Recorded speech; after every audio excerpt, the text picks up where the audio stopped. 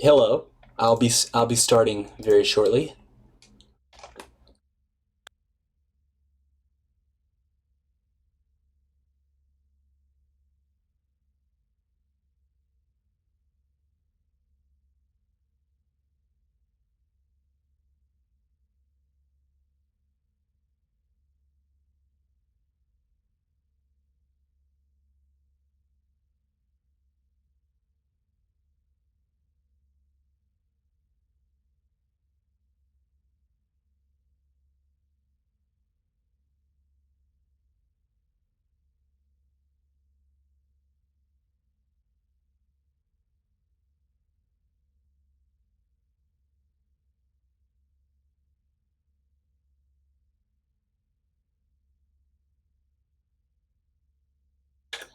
Okay, hello. I'm Chris Wee. You can call me LEC. I am going to continue part 4 of our set review of the Alliance War expansion pack for the Elder Scrolls Legend.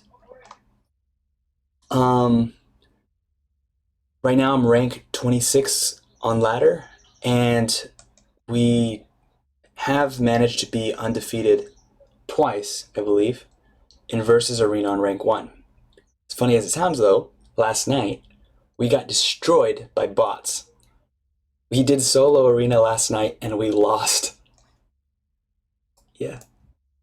So, life's strange.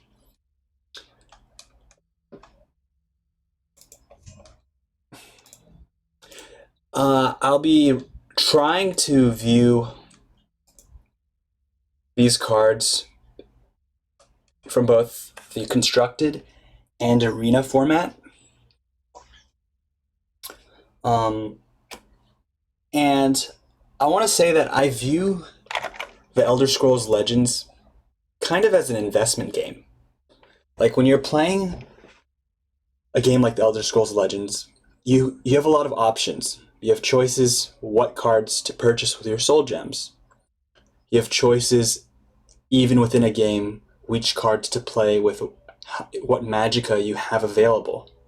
And that's the part of the game I think I find the most fascinating, is finding lines of play that are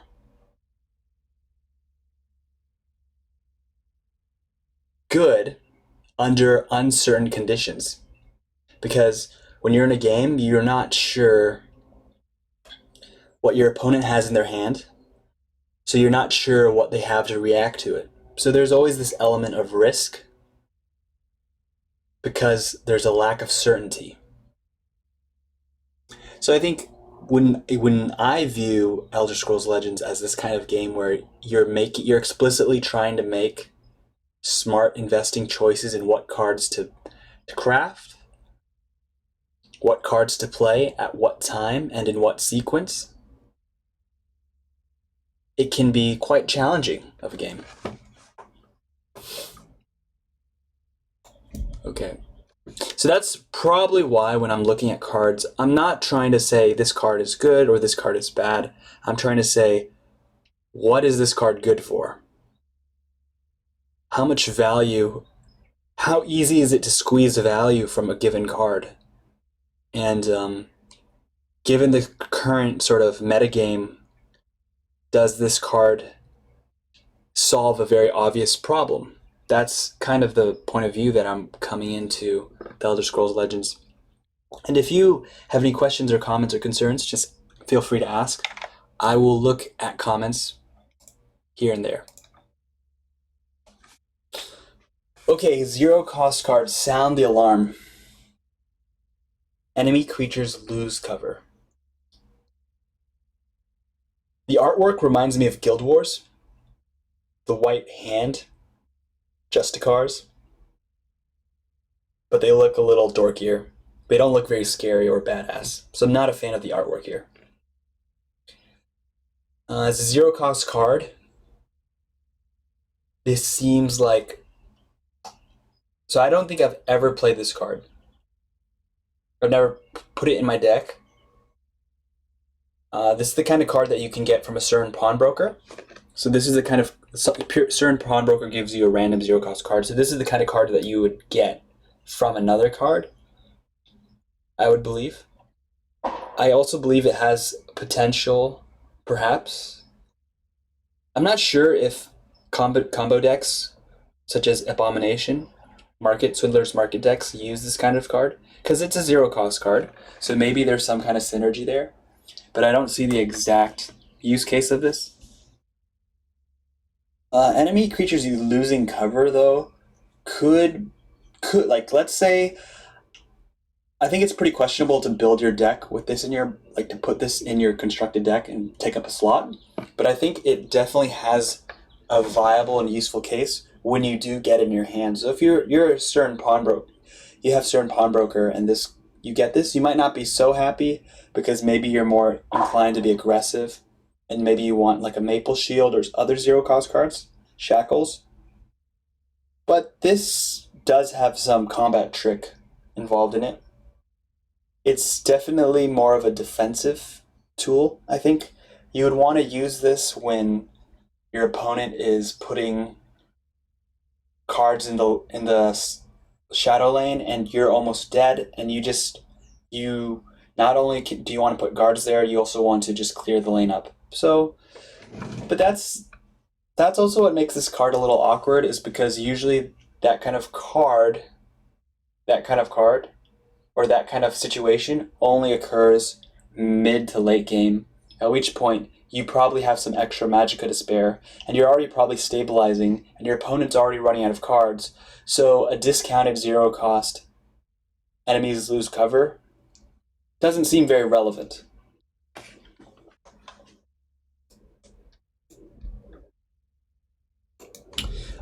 From a design point of view, sometimes cards like these are printed because to nerf other cards, like Surin Pawnbroker, for example. If certain pawnbrokers, if Elder Scrolls Legend only had amazing 0-cost cards, Surin Pawnbroker would be certainly broken, because that means every single time you used it, you'd get an amazing 0-cost card. This forces designers to basically say, look, in order to make Surin Pawnbroker weaker, we need to include 0-cost cards that, while they may have some utility, are not very good. And that's another reason why this card might even exist. Outflank. Action, Prophecy, give a friendly creature in each lane +0, +2, and guard. This seems to be a very good card in Arena.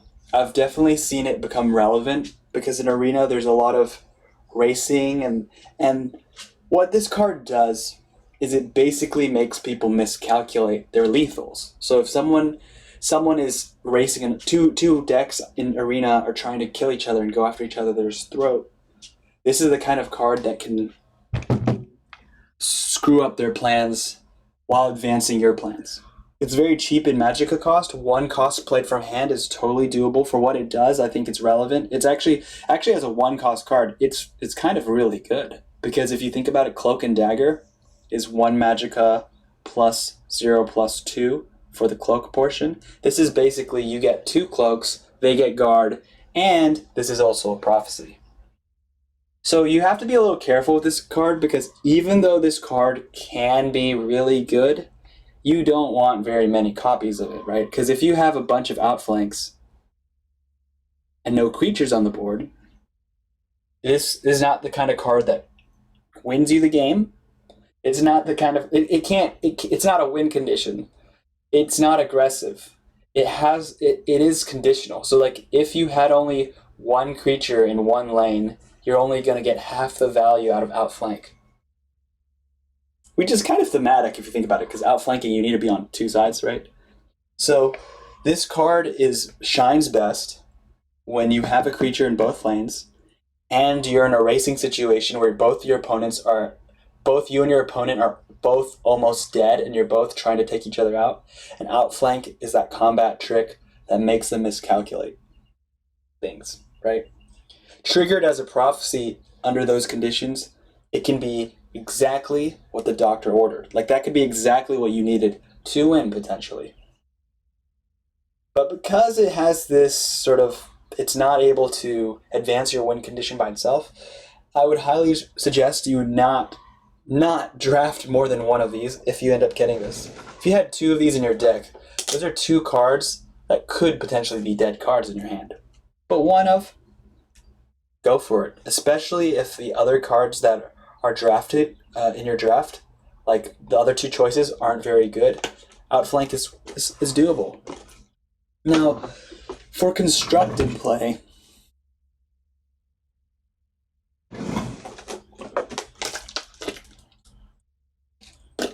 the thing about this being constructed playable is that it doesn't seem very constructed playable. This is the kind of deck that an aggressive deck doesn't want. Why does an aggressive deck not want this? Okay, so in constructed, an aggressive deck wants their runes to be broken. Like, the whole strategy behind an aggro-aggro matchup is that you're okay with being almost dead as long as they die first. So even if I'm at 1 health and they're dead, I am happy. In fact, my aggro decks are built with the idea that if you brought me to 1 health, I'm actually more dangerous than if I had 30 health. I have access to more items, more tools, more cards, more prophecies. So I actually want you to attack me as an aggro deck. And I even have a lot of tools to sort of race. I already have so many racing tools that actually advance my win condition. So even my 1/1s, even my 1-drop Steel Scimitar is better than this, because the Steel Scimitar, not only can it defend me by trading into a larger creature that may threaten my life total, it also has the versatility of being used aggressively. So you would never ever want an outflank over a Steel Scimitar in constructed. Another reason why this card is definitely not constructed playable is because most aggressive decks, let's pretend, so an aggressive deck doesn't want this. That means your other options are a non-aggressive deck. If you're a non-aggressive deck, why would you want this card? Well, this card has a problem. So if you're a non-aggressive deck, you're either against an aggressive deck or you're against a non-aggressive deck. If you're a non-aggressive deck against a non-aggressive deck, this does absolutely nothing, because non-aggressive decks aren't even attacking you. So why do you need these cheap guard spells, right? Why do you need prophecies if they're not breaking runes?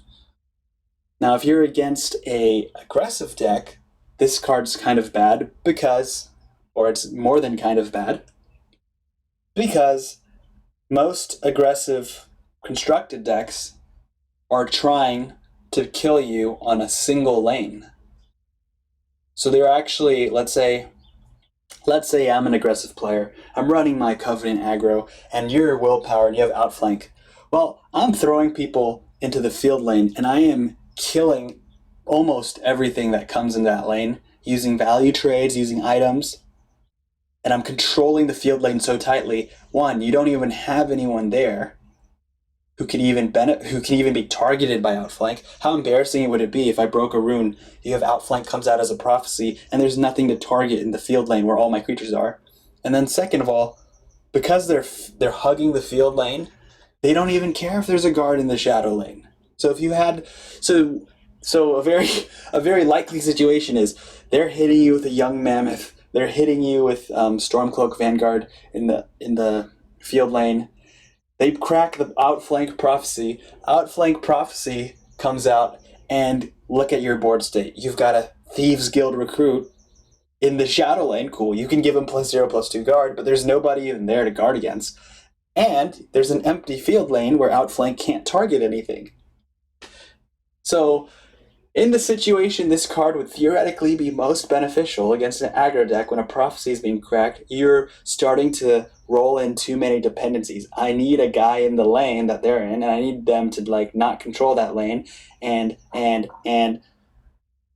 then you have the downside of, look, what if you're controlling the game, but this doesn't do anything for you?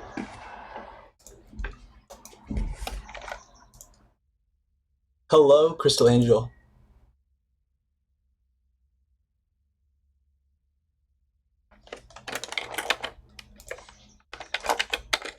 Oh, Shining Saint. Dude, Shining Saint is amazing.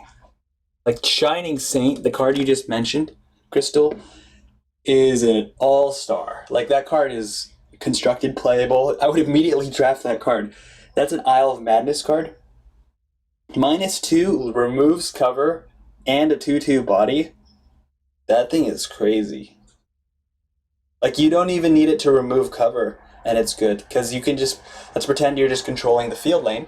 You can use Shining Saint to basically value trade, remove lethal creatures. You can make lethal creatures do literally nothing. You could trade. You could help your other creatures trade into much bigger creatures. Along with the Cloud Rest Illusionist, those two cards you could build entire decks around Shining Saint and Cloud Rest Illusionist. That's how playable they are. Alchemy. 2 cost.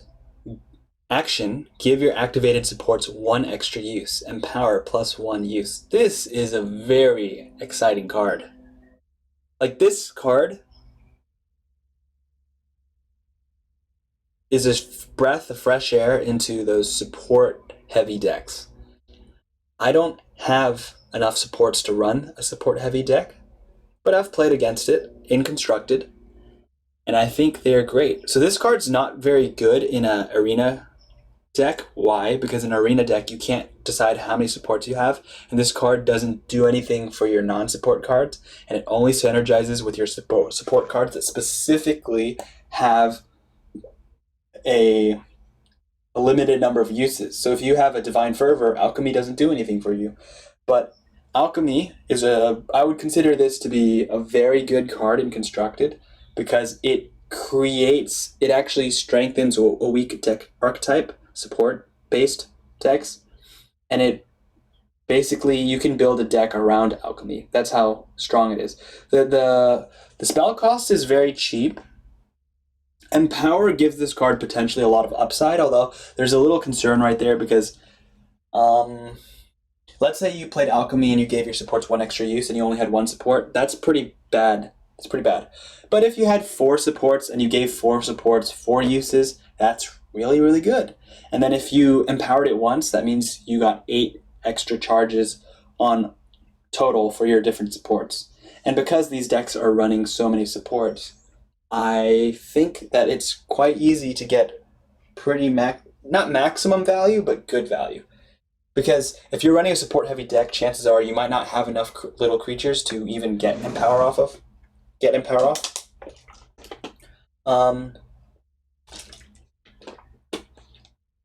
Man, I would love to use this with Orb of Varamina. Orb of Varamina is a card I wish I had, but I don't have. Draw a card from your opponent's deck. That's so cool. You can basically use this to make it last longer. I think so the way things have worked out is Alliance War has come out at a time where there are a lot of tournaments. Like, this is a tournament month for Elder Scrolls Legends, and that has forced people to sort of put fun on hold and be a little bit more serious about, like, okay, let's experiment with decks that are more clearly that I could bring to a tournament immediately. Like, I think there was only like 2 weeks between Alliance War and the first tournament, the TRS Classic. So I think that has kind of made people who are more serious players not really touch this kind of card. Because this card has potential. It's not like this card's bad, so people don't play it right now. It's more like other cards are more obviously good, and people want to practice things that they are most likely going to use, and your lineups can change a lot. So, like, if you invested a lot of time into learning how to play your support deck, it doesn't transfer very well to your other decks. As opposed to, like, right now, if you play Ebonheart aggro, the skills, the strategy you're investing in that also transfers to Covenant aggro, for example. And who knows, next weekend, the tournament's coming up, you might want Covenant aggro more than this aggro. So you want to be able to say, I spent time on this deck, but it's not as good as this other deck, so I'm going to kick it to the side. But it's fine because the the cards that I crafted are good in both. My strategies are good in both. So like alchemy and those support based decks are a little bit left field. They're not similar to other decks, and they can be seen as combo oriented decks that have the risk factor of like, hey, if you practice them too much, you're not going to be able to use. You may not be able to use that deck. Alchemy, especially even it's even worse. If let's pretend the alchemy deck was like the strongest deck in the game, right? And you spent so many hours practicing alchemy deck, and you're like destroying ladder. This is a dream, right? Well, what's going to happen? They're just going to ban your alchemy deck. So if they banned your alchemy deck, then it's like you can't even use it in a tournament. So that makes this kind of card a little bit less attractive. I wanted to say there was something about this card. Oh, alchemy. This kind of card probably shines the most in a dual color deck. So while there is a temptation of saying like tricolor is always better than dual color, I don't think that's the case, especially in decks like this, where if alchemy is such a key engine piece for this combo-oriented support-based deck, you need and you want to draw this card. And based off of what I've seen, the other alchemy-based cards have the similar. You have the similar feeling. It's like if you don't draw these cards, your support deck is going to suck. But if you draw these cards, your support deck's viability just goes over the roof. So in order to increase the consistency at which you can draw this card and those other key pieces, a 50-card deck is easier than a 75-card deck. So dual color makes more sense. And the combination that people seem to have settled on as being the strongest for this kind of support-based deck is Mage. So I have seen Mage, blue and yellow, play alchemy at a fairly high level. I think one of the barriers to entry, additional barriers to entry to this type of deck, is that if you were, from a crafting point of view, if you were to craft the cards that kind of deck has, it's pretty expensive. Lots of soul gems involved in things like Forward Camp. Forward Camp is another support we're probably going to go over because it's willpower in this set. And you can't use those cards in like any other deck. So like if you might end up having to craft like 6 or 7 or even 10 legendary cards that have no use in any other deck.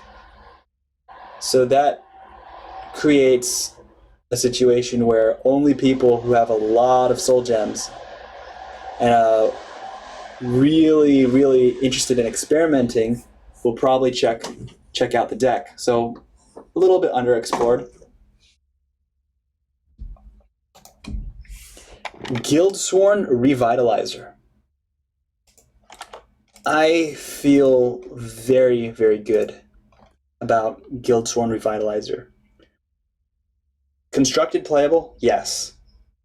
Arena playable? Yes. This card is amazing. Yeah, one way of thinking about this is it's almost like a 3/3 for 2. But actually it's better than a 3/3 for 2 because as 1/5, the whole point of Guildsworn Revitalizer is 1. She can actually trade into a lot of creatures. Like there are quite a few creatures that have only 1 toughness, or there are a lot of ways to get a creature to 1 toughness, especially in Guildsworn. Let's think. Tiny Dragon, deal 1 damage to all creatures and enemy creatures in the lane. Rapid Shot, Skaven Pyromancer. There's a lot of 2 toughness creatures in this game that you can easily bring them to 1 toughness in Guildsworn colors with red. And Guildsworn Revitalizer can trade into so many things and survive. So generally speaking, this thing is getting off 2-3 attacks. It can get 2-3 attacks off pretty easily because the 1/5 toughness makes it very, very tough. It's very hard to remove. Now its ability, Expertise, you gain 2 health, for me has been very relevant. It's very easy to trigger. It's very easy to trigger things. So like a card like Rapid Shot is perfect with this card because 1, it allows this card to you use Rapid Shot on a 2 toughness creature, use Revitalizer, trade in, survive the trade, then you gain 2 life, and you draw a card. That's the kind of synergy that is very natural to this card. Expertise, basically, this card can end up generating like 8 health for you because decks like this usually have a lot of spells or actions. More actions than items, I would say. And those actions can basically trigger expertise over and over again. Over the course of maybe 6 or 7 turns, you're healing quite a bit because people tend not to remove the revitalizer. She is easy to protect, so because she has high toughness, you can put her in the shadow lane and increase her survivability.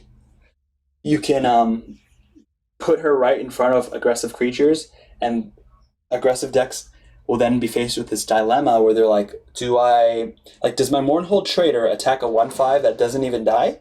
Or does it attack the face and allow this thing that potentially can keep on healing him survive? And it's this kind of dilemma that you can make your opponents face that makes Revitalizer really good.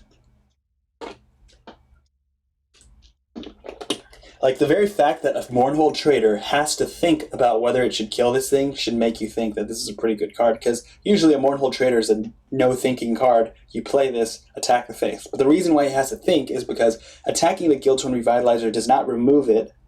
It is basically, if he attacks this, it's almost as if you healed 4 health, because that's 4 damage he didn't do to your face. On top of it, this card has the ability to heal more than 4 health, should it survive. A synergy with this card that might not seem so obvious is Tellus Conscription. So Tellus Conscription reads 12 magicka cost, draw up to 8, or summon up to 8 2 or less cost creatures from your deck. If Guiltworn Revitalizer is one of your... In those kind of decks, you basically put something like 7 to 8 2-drop cards to guarantee certain cards will come out. So if you have 3 copies of Guiltworn Revitalizer and you use Tellus Conscription with 8 types of 2-drops, you will 100% get a Guiltworn Revitalizer come out of the deck. And it will trigger Expertise the same turn of Conscription, because Expertise reads, if you played an action this turn, heal yourself or trigger this ability. So if you Tellus Conscription, Guiltworn Revitalizer will come out and it'll heal you. And this is cool because Willpower conscription decks usually play Bruma Profiteer. Bruma Profiteer reads gain 1 life for every creature that gets played. So if you're lucky and Bruma Profiteer is pulled early in the Tellus Conscription, you're going to heal for every new additional creature that is played from the Conscription after Bruma, and then you're going to get healed by the Guiltworn Revitalizer. And if you're running Empire of Cyrodiil, or something like any color that has purple, like Tribunal, you might even pull a Barrow Stalker, right? And a Barrow Stalker is a drain creature. And that's the kind of situation that almost certainly spells game over for many aggressive decks. So if you had Guiltworn Revitalizer 3 copies in your Tellus Conscription Empire deck, a Barrow Stalker and a Bruma Profiteer as the other 2 drops, and you survived somehow to your Tellus Conscription, which this card helps because of the Expertise, you basically would immediately win the game against an aggro deck, because they would have already run out of gas, and they can't remove this card from the board. One, they can't remove Guiltworn Revitalizer from the board. Then they can't remove the Bruma Profiteer. May not be easy to remove because there might even be a guard. Like if you had Skinned Hound can put another guard in front of that Bruma. And then if you had a Barrow Stalker, you're looking at 3 sources of healing, which by themselves may seem a little insignificant because Bruma's heal 1 for every new creature, Guiltworn's heal 2 for every action, and then Barrow Stalker 2/3 drain. But together, think about that, that's potentially you're healing at least 6 life per turn. And on that turn alone, you could have healed upwards of 9. You could have healed 9 health off of a Conscription. Like if you were perfectly lucky and Bruma Profiteer was the first creature to come off of the Tellus Conscription, that means you're going to heal 7 health from the next 7 creatures that come out. Then you're going to heal another 2 from the Guiltworn Revitalizer. So This is relevant not just, you could say, well, Chris, that doesn't, surviving to conscription isn't that easy even to begin with for against an aggro deck. I kind of disagree because those conscription decks have so many 2-drops. Conscription decks have a pretty strong early game. And with the help of like a Golden Initiate and a Guild-Torn Revitalizer, they can certainly help you stabilize until you survive to get to your conscription. On top of that, yeah, so I think this conscription strategy is also really strong against mid-range and control decks. So it's not just a nail in the coffin for aggro decks. It can be the nail in the coffin for control. And like mid-range decks especially, actually it definitely can destroy mid-range decks, because when you're playing this kind of Guild-Torn Revitalizer and Tellus Conscription, aggro decks have the small chance of, they do have a pretty fair chance to get under you and wipe you out if you draw the wrong part of your deck, for example. But mid-range decks are a little bit slower than aggro decks, and that's the kind of deck that a conscription deck can definitely slow down by keep on throwing two drops in front of them.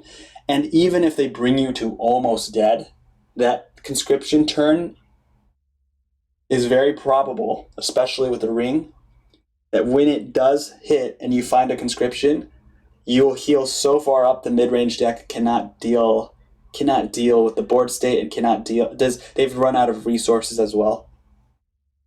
So that applies to them. These conscription decks also, like Guild-Torn Revitalizer, has already amazing stat line, 1/5, can be buffed even more. How can you buff Guild-Torn Revitalizer more? 1, Divine Fervor. So Divine Fervor on the board would give this 2/6. Praetorian Commander is another way. If you have multiple Praetorian Commanders, you can get very scary Guild-Torn Revitalizers that your opponent becomes really confused on how they should remove this card. So if you have a Divine Fervor and a Praetorian Commander has been played and a Guild-Torn Revitalizer is now on the board, it's a 3/7, which keeps healing you. So there's even reason to believe that some people have been banning Empire decks in tournaments because they don't know how to deal with that. Like a 3/7 that keeps healing you, that's actually applying a lot of pressure. Like it's no longer a passive toothpick hitting you for 1. It's actually hitting you for 3, and there's no clear and obvious way to kill it because, let's face it, you can't silence something. You could silence it, it would go to 2/6. It would lose its healing ability. Okay. You're going to use you can't use Lightning Bolt. It's a 3/7. He's going to survive that. She's going to survive that. You can't use Execute anymore because it's no longer a 2 strength card. What are you going to do? Piercing Javelin, a 2-drop? It feels pretty bad. Like, you just lost 3 Magicka on it, and like the tempo loss of that is pretty bad. So I rate this card very, very highly because this card can cause a lot of problems for a lot of decks. And that's what you're looking for when you're building a deck. You're trying to build a deck that causes problems your opponent cannot solve. And Guild-Torn Revitalizer can be that type of card.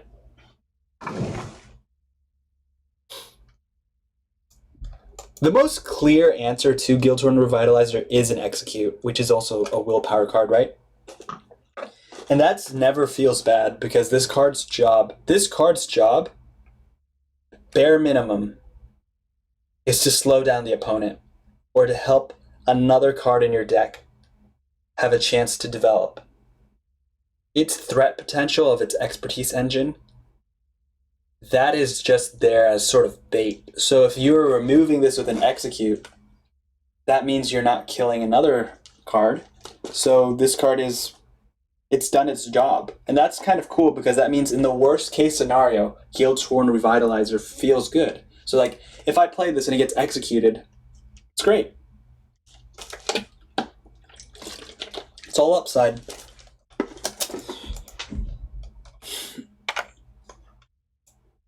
Mystic of Ancient Rites. When Mystic of Ancient Rites empowers an action in your hand. The Empower bonus does not expire at the end of turn. Whoa! I just realized this card's a 2-drop and a 2/3. Very playable. And I have 3 of it. I have not tried this card yet. I've seen a couple people play this card, but I have not seen anyone try to make it work. Not sure right off the bat what you're trying to empower with this. It's a little specific because it's kind of like one way of reading this is Mystic of Ancient Rites, Pilfer, permanently empower a card in your hand, or empower all cards in your hand, which is kind of cool if you think about it, because some of these empower cards are not bad. Like Debilitate, Spoils of War, they're not bad. But in order to get the full value of this card, you basically need to Pilfer. Which... it's cool thematically. It's very monkey. It's very monk-like to have those Pilfer effects. So this is definitely a playable card. I think as a card, you need to play it in a monk deck, because the monk decks have a lot of cards that synergize with Pilfer. They have access to a lot of interesting green Empower cards. I'm not sure right off the bat which Empower card you're trying to maximize, because Spoils of War, while that is a decent card to empower, I guess that's the most obvious one. It's like, oh, this is good with Spoils of War. Okay, I get it. But we also need to be very careful, because a card like this is actually unlikely to Pilfer. Like, it's not a good idea to assume, like, if you built your strategy around Mystic of Ancient Rites, you're probably doing something wrong, because in most cases, this card will not actually get its attack off. And there will be also times when this creature gets its attack off, you don't even have an action to empower. So there's a little bit of a deck building struggle, because you need to have enough Empower cards in your deck, but you also need enough other cards such that when you have opening hand, like, you want to be like Mystic of Ancient Rite, opening hand, empower a relevant action, and then have follow-up, so you don't have too many Empower cards. Otherwise, you basically have a handful of actions that don't do anything. So Monk has interesting things, because I mentioned that this card's unlikely to get its Pilfer off, and that is obviously not true for the first few attacks. So like turn 1, Ring of Magicka, play Mystic of Ancient Rite, he has a high chance of getting that off. Okay, fine. I'm talking about just after that, or in general. Like, even if you factor that in, later on, Mystic of Ancient Rites, like played on turn 6, has a very low chance of connecting. Especially if this deck ever became a thing. Like, let's pretend at this moment no one's really playing this card, so no one sees this card and says, ooh, kill it. But later, if this card turns out to be a key combo piece to some kind of special Empower effect, outside of that turn 1 ring, put it in, it's vulnerable starting turn 2 onwards to so many different decks. Control decks have ways to just immediately hit it, Sorcerer's Negation. Some decks will try to just put a guard in front of it. And I think that's where Monk shines the most. Monk has movement abilities. So movement means they're more comfortable with, hey, put a guard in front of me. Put a guard in front of me, let's go. But the problem is, it seems like right now, most of the threats to Mystic of Ancient Rites won't be guards. It'll be things like Sorcerer's Negations. But it does have a sturdy body where if it did get Sorcerer's Negation, you still don't feel bad, because it has a 2/3 stat line, so it'll survive, and it can get some damage in. We should also think that this card, it has to be an aggressive deck. It has to be an aggressive low curve deck. The reason is because it synergizes with Empower, which Empower basically says when you attack your opponent. So this card, this kind of deck benefits from attacking the opponent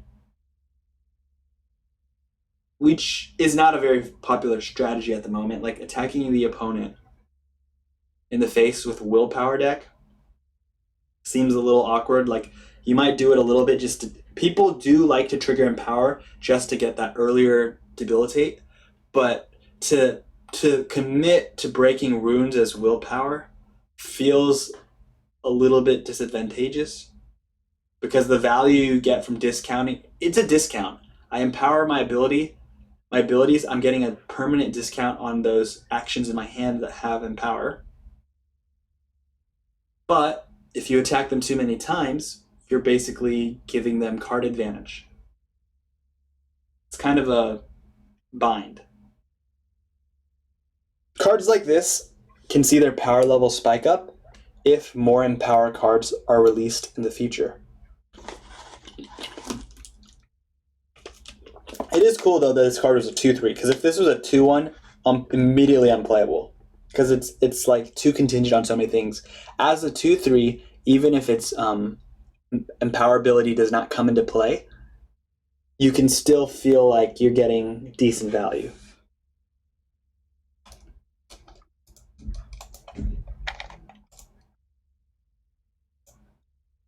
Gray Viper Brigand. 3 Magicka, Wood Elf. Summon, draw a card for each Gray Viper Brigand in your discard pile. This card is seen as a very powerful card. It's kind of like a elusive schemer, but better. A 3 Magicka cost for 3/4 is nothing to scoff at. It can go into a Haunting Spirit and survive. Granted, the first Gray Viper Brigand you play usually doesn't have anything else other than the 3/4 body stat line. But subsequent Gray Viper Brigands become card draw engines. So that means the second one will draw, like let's say you played a Gray Viper Brigand, he dies. The second one will draw you a card because you have one in the grave. Now if that guy dies, then the third one will draw you 2 cards. And this can be synergized with Galen, because Galen can make copies of Gray Viper Brigand. So if you use Galen, you have in theory six Gray Viper Brigands. So if you had 5 in your grave and you played a Gray Viper Brigand as your 6th card and the 5 are in the grave, you will draw 5 cards off for a Gray Viper Brigand. So there is some upside potential of this card where, let's say it draws you 1 card, you'll feel amazing because that's better than Elusive Schemer. If this can draw you 1 card, it's better than Elusive Schemer because Elusive Schemer is a 3/1 for 4 Magicka. If it draws you 2 cards, you're better than a Spoils of War because a Spoils of War is like 5 Magicka. In many situations, not every situation, but it's basically Spoils of War. You draw 2 cards. And that's interesting because that's not even the highest upside. The highest and most unlikely situation is when you Galened it and you had 6 and you draw 5 cards. And that card kind of requires setup. That would be more likely in a 50-card deck, a dual color. That would be weird though because that'd be a Spell Sword deck, purple-yellow, 50 cards. Kind of funny. But that's actually interesting because a purple-yellow deck also struggles with card draw. So Gray Viper Brigand's attractiveness will increase because a deck that has low card draw becomes good. But this card would synergize with Merchant's Camels because who said you need to play the Gray Viper Brigands? You can just discard them. You had a Merchant's Camel, be able to discard some Gray Viper Brigands. You can use the next Gray Viper Brigand to take advantage of those discarded cards. People have found that playing this card is competitive playable. But interestingly enough, is this arena playable? This goes back. It's sometimes a card is constructed playable, but it's not arena playable. And the reason is the card needs multiple copies of that card, or that card needs other combo pieces to synergize with. Gray Viper Brigand does indeed fit under that bill, at which point this card is objectively worse than a Young Mammoth because it doesn't have Breakthrough and it has 1 less attack. So Gray Viper Brigand is not the all-star, is not an all-star in Arena. And in Draft, you're unlikely to pull 2 of these. So I would probably try to skip out of this card unless the other options are bad. We haven't played it yet, but we've played against it many times. The reason is I'm the kind of player that's like, I'll wait till I find 3. And I've opened so many Alliance War packs that I'm assuming a 3rd Grey Viper Brigand will show up, and I do not feel good about crafting it because I just feel like a 3rd one will show up in a pack.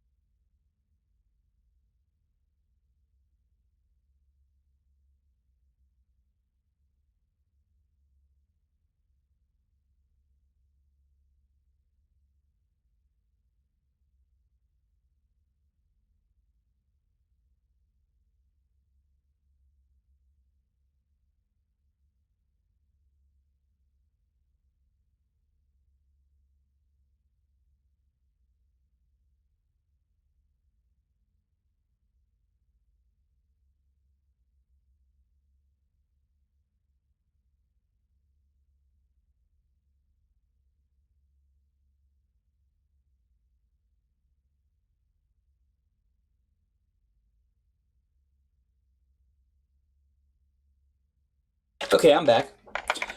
So some players might wonder why I keep talking about the stat line, like 2, 3, 3, 3, 1, 3, 1, 5. It's actually really relevant. In Elder Scrolls Legends, the difference, okay, if a card is buffed by 1 attack or 1 defense, it can turn a card from bad to amazing, playable to unplayable. Like an example of this is Ash Berserker. Ash Berserker as a 4/3 was played in every single deck that was red. When they dropped it to a 3/3, it has been removed from every single deck that has red. And that's the kind of... Elder Scrolls Legends is very sensitive to the most minute changes in stat line.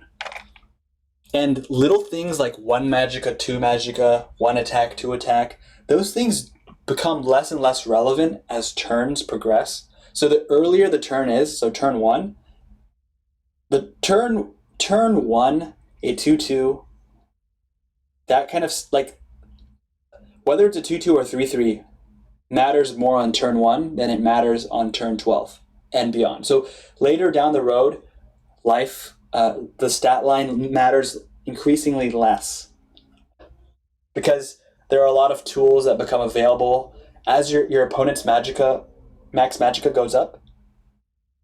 The tools available to them to remove things become less stat oriented, such as like Dawn's Wrath, right?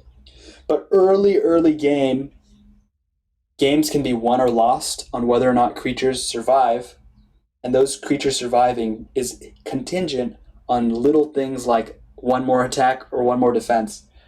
Like a 2/3, like the Mystic of Ancient Rite, for example, the 2/3 surviving Sorcerer's Negation is very important because Sorcerer's Negation is a staple and run in every single deck. And let's say you're an aggressive deck and you played Daggerfall Mage and they Sorcerer's Negation to you, they actually set you back so hard.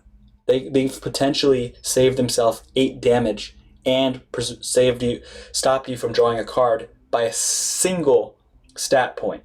Like if Daggerfall Mage was a 2/3 and survived Sorcerer's Negation, it would completely change how things... It would change things because that means that Daggerfall Mage would be able to get in more attacks. Like those little inches add up. So Elder Scrolls Legends is a game of inches. So Luminous Shards destroy creature with 1 power or less. If you can't empower this card is absolutely garbage. There's no way you would want to play this 3 cost destroy a 1 power creature unless you're talking about Cicero. Cicero is like a 1/6, 6 cost. So there are small use cases where you can get away with killing high value targets without empowering it. But generally speaking, to get any kind of value from this, you need creatures on the board already attacking. And that makes this tough for removing guards because let's say they have a Hive Defender who's blocking you. How can you empower it if you're only on 1 lane? So that can be a little awkward. So this card can be an awkward card given a Hive Defender just slam down in your face. Now this card starts to break even, like let's say you get one attack in. One attack in, it's unfortunately a very expensive execute. So if you empowered this once and you used this on a Daggerfall Mage, you paid 300% for a execute, because execute says destroy a creature 2 power or less. This is 3 cost, destroy 2 power or less with 1 empower. So you definitely can't break even on 1 empower charge. 2 empower charge, it can start doing something interesting. Well, it could kill a Hive Defender with 2 empower charges, but the unfortunate awkward part is if there was a Hive Defender that wanted to kill, it's probably blocking your guy that could even empower it. So that sucks. So what happens if you empower it 3 times? Destroy a creature 4 power or less. It can destroy Emperor's Blades. It can destroy Bleak Coast Trolls. Not Bleak Coast Trolls. Young Mammoths. So it's a 3 cost for 3. It's a 3 cost that can remove a 3 power. So that's scary, because basically you're starting to see break even when you empower it 3 times, which is really weird.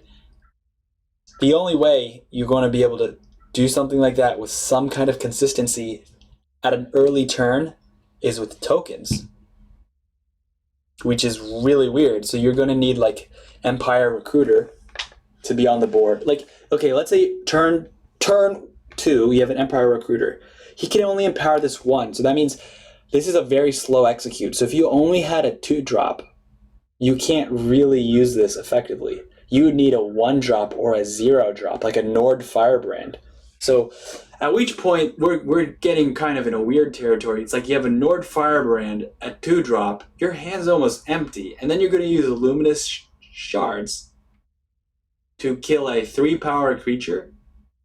Are you an aggro deck or a control deck? Because an aggro deck, so this is awkward because as a empower card, you're talking about you need to attack them to gain charges. So you need creatures to empower it. So it's absolutely useless if you have 0 charges. It becomes break even. It's garbage when you charge it once. It's becoming break even when you charge it twice. And you're starting to enter net profit 3 times or more. But how do you trigger this 3 times at an early turn unless you already have creatures on the board, which means you already have control of the board state, which also means you're an aggressive deck.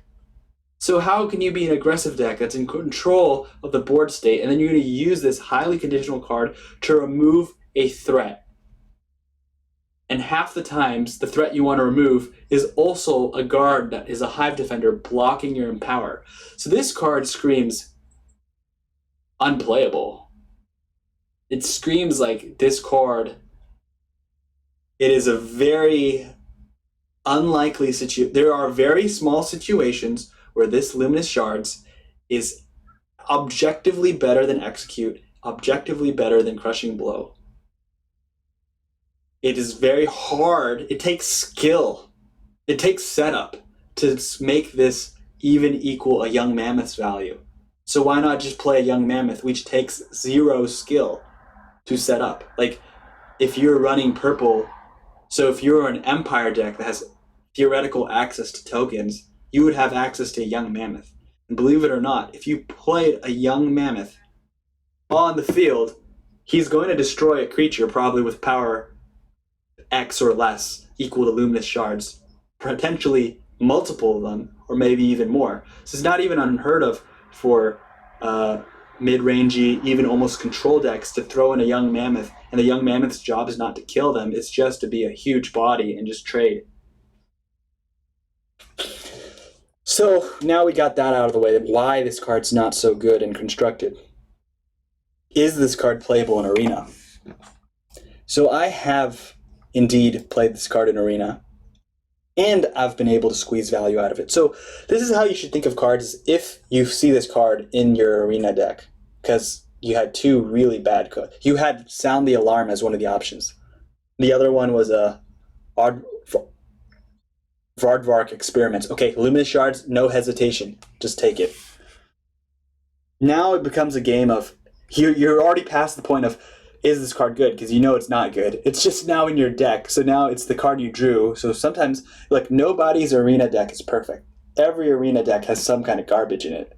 The trick is, if you have garbage in your deck, can you turn it into treasure? Like, if you have this in your hand and you're in a game, can you involve it in your game plan and squeeze enough value from it where you can get a win? And I think this card does have that ability. So for a skilled player who unfortunately has bad cards in their arena deck, you have to say this for granted. Everybody has bad cards. So if this is one of the bad cards you get in your arena draft, it's not as bad as some of the other ones that are absolutely bad, because under certain conditions in arena, which become much more prevalent in arena, Empower is a very easy keyword to trigger in arena because people lack removal. And it becomes something that in arena specifically, there are a lot of situations where you're in the shadow lane, they're in the field lane, and you can empower this 4 times. So empower this 4 times means this is destroy a creature with 5 power or less, at which point you're in net profit. So if you can get this to empower +4, that means you can destroy pretty much anything, almost anything your opponent has in the other lane, which can be absolutely game breaking. So like if they have 4 creatures in the shadow lane, you have 4 creatures in the field lane, you empower this 4 times, you can remove their biggest threat, probably, and just edge them out. And that's what Luminous Shards is best use case. And this is also something to note that makes Luminous Shards a horrible card on curve in general. So you're not going to look at this is a 3-cost card that I want to play on turn 3. This is a 3-cost card I want to play on turn 6 to 10. Like, this is a smooth your curve out card, which is totally acceptable, because there are a lot of times where you're on turn 6 and you have a good 3-drop and you need another 3-drop to pair with it. If Luminous Shards is in your hand, go for it. So I think people need to be careful of thinking Luminous Shards, super, super bad, I don't want to play it, I don't want it.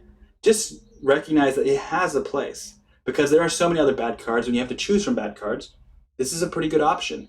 And in the conditions where there's a base race, you can definitely get past the break-even point of Empower. You need to Empower 3 times to be profitable, like then destroy a creature 4 power or less to be better than a Young Mammoth.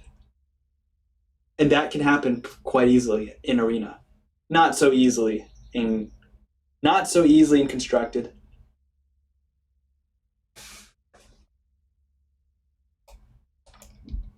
And also in those cases, that's also why Luminous Shards in arena. So Luminous Shards is weird because it's not a control card and it's not an aggro card. So it's not even a mid-range card. But that's kind of cool because arena is not about aggro, control, or mid-range. It's all tempo based. It's all about adjusting your playstyle to your opponent's draft, which has too many unknowns. So you have to rely on a lot of combat tricks and just some forward planning. And when you have this card in your hand, it's actually possible to have forward planning. Like, if you had Luminous Shards in your hand and you're like, it's turn 3, obviously can't play it, can't empower it, no targets, you don't feel bad, but you can adjust your game plan and say, look, now that I have a Luminous Shard, what can I do what can I do right now and what would he possibly do that would allow me to get the most value of Luminous Shards for a massive tempo swing, where you're basically for 3 costs destroying a 5 power creature. So that's like a super javelin, right? So that's the kind of card that Shards is. Renowned Instructor, expertise, summon, 1/1 recruit. Wow. We have, how many more cards do we have in this set? We didn't even get through Varen, did we? Oh wow, we skipped. Oh, that's why, because I thought. So we skipped Forward Camp. So let's continue on Forward Camp. So Forward Camp's a card I have not played, but I've played against. And I think it's a strong card. This card was built, it's one of those cards that was built for those support-based decks. So it's an example of what I was talking about with Alchemy, where Alchemy decks, the best Alchemy decks require you to craft a lot of supports that have no good use in any other deck. Forward Camp is one of them. So if you are running Forward Camp, you want 3 of them, and you're running all the good supports in the game. You're probably in Mage colors. And when this thing triggers, so this card's impossible to trigger unless you are a support deck. But if you are a support deck, this card is easy to trigger. And when it does trigger, let's think what this does. It is a ramp card. Your supports cost 1 less. Okay. When you have 4 supports, sacrifice Forward Camp and put 2 4/3s that draw you a card if a rune is broken. So at its max value, it's a 3-cost card that will probably pay for itself because it discounts the cost on the other cards. So you only need to play 3 supports before Forward Camp breaks even right off the bat, out of the gates. If you have 4 supports and it triggers, you're going to get 6 cost of value because Eastmarch Crusaders are 3 cost. And those are going to be 2 bodies and 2 lanes, potentially drawing 2 cards.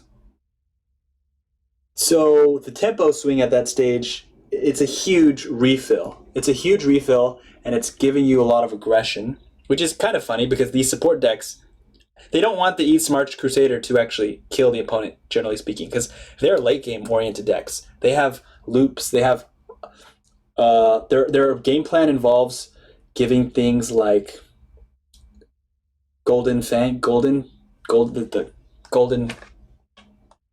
the 7-cost sword katana thing support.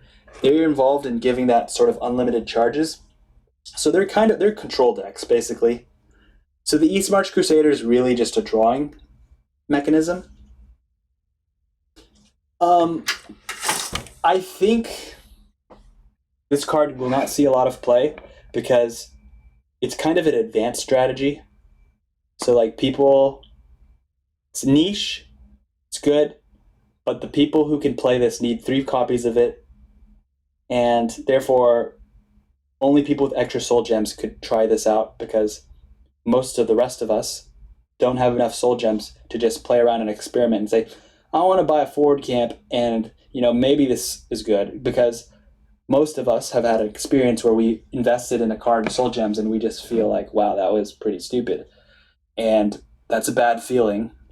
And this card has that potential because it is exactly that if you don't have all the other cards. So if you had Forward Camp and you just put it into your Willpower decks, don't expect it to do anything. It doesn't do anything by itself. It needs a bunch of other cards to synergize with. Now, there is an interesting point on is this card even playable? Because in Arena, it's obviously not playable because you can't control how many supports you have. But in Constructed, it is playable, and you'd probably want to put it in a Mage deck so that you have access to control tools that help you survive, and the consistency to continually draw the exact cards you want to draw. Because Mage has very powerful supports. Now, 3 cost. The interesting thing though is if you play this on turn 3, and I'm going to always use Young Mammoth because Young Mammoth is the dream card. It's they play a Young Mammoth on turn 3, you play Forward Camp, they hit you in the face with 4. This makes it somewhat although good when it combos off, it should be noted that the meta is very aggressive, very fast. We're talking about, at the moment, unnerfed Swindler's Market, Covenant aggro, Ebonheart aggro, Palalu. You are praying for Ice Storms in this kind of deck. So that is a caveat. This deck is cool when it combos off, but a lot of other aggressive decks will never give you the breathing space to combo off. And if you're running Mage colors, you're praying for Piercing Javelin Prophecy. You're praying for Shrieking Harpies. You're praying for Ice Storm on curve. It's not too hard to get because it's a 50 card deck. But if you don't get those tools, forward camp is going to be literally zero value. It is cool to note, though, that those support decks do run some kind of healing support. And that healing support could be... they have the potential to make a healing support go infinite. So if they can get that off, they can survive.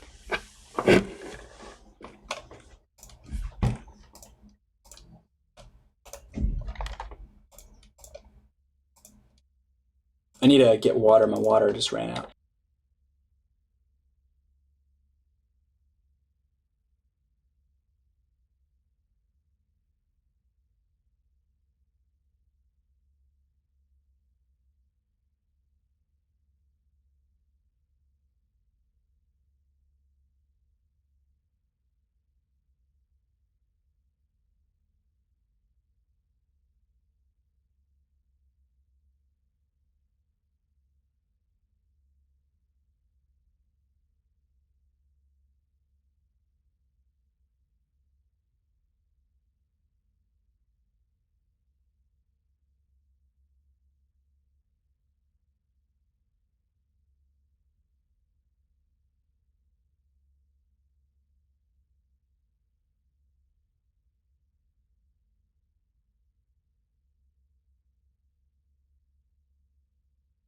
Oh, I have one more comment about the previous card. Something I really hope Elder Scrolls Legend survives and does well. It's maybe one of the reasons why I'm even making these kind of videos, is because I'm very aware that many video games die. So there's a lot of good video games that no longer exist. They don't have communities. They can't make enough money to actually continue making the game. So if the Elder Scrolls Legends continues to survive, cards like Forward Camp become way more playable and way stronger with each new support added to the game. And it does look like, because this year Elder Scrolls Legends is slated to release 3 expansion packs. It's pretty cool. Those 3 expansion packs, if they choose to, they could add more supports. And I think Forward Camp and some other cards that have been added into this set are pushing for that. They're basically saying we're going to release stronger supports because support-based decks are weak. So that's cool. So instead of releasing a bunch of supports in this set, they're going to stagger it and say, look, let's release this up. Oh, it's not popular yet. Let's release another support. Otherwise, they might shock the community too much by releasing too powerful of a support, and that might that could be bad, right? Like, people don't want things to change too much, because if they change too much, then you get a bunch of negative reviews. So it'd be cool, because I'm actually really curious to see if Sparky Pants Studios supports the new keywords, because the previous studio, I think it's Frostwolf, I forget, Frostspark. I might get that wrong, I don't remember. But I think the previous studio has introduced keywords and then sort of not supported them. So like treasure hunt. Some of the keywords are just cool concept, but they were not supported enough to become really viable. Like, I think treasure hunt could have been cool if it could have been cooler if they kept on releasing treasure hunt cards, but as we can see in Alliance War, there's no treasure hunt cards left. So I would like to see that with expertise. Like, I would like to see hopefully expertise is not this Alliance War only thing. Hopefully expertise is, like, I can understand expertise becomes like an Alliance War sort of feature, but it would be cool if in the next 3 expansions you have expertise cards added in every single one of them. Maybe not a lot of them, but maybe at least a couple. That would be cool. Maybe 1, maybe 2. So, Renowned Instructor, 3/3, expertise, summon a 1/1 recruit. Very good for finishing quests. So if you have that quest that says you need more recruits, that's my main use case for this card. As a 3/3 for a 3 body, it's fine. That's fine. But we need to compare this card to Haunting Spirit. Is this card better than Haunting Spirit? And I am sad to tell you it's not. Or I'm happy. I don't know. I'm not happy or sad. It's not better than a Haunting Spirit. The reason is because you need to trigger this 3 times in theory. So let's talk about worst case scenario, middle case scenario, best case scenario. Best case scenario, Renowned Instructor needs to trigger expertise 3 times to get the same value as a Haunting Spirit, because a Haunting Spirit is something like deal 3 damage. The best case scenario is you kill something and you get another +3/+3 on another creature, and then you can go fakes with it. So you get 6/6 worth of stats. Renowned Instructor's best case scenario, to even match Haunting Spirit's best case scenario, is to have 3 expertise triggers, which means you need to live 3 turns, and those 3 turns generate 1/1 bodies.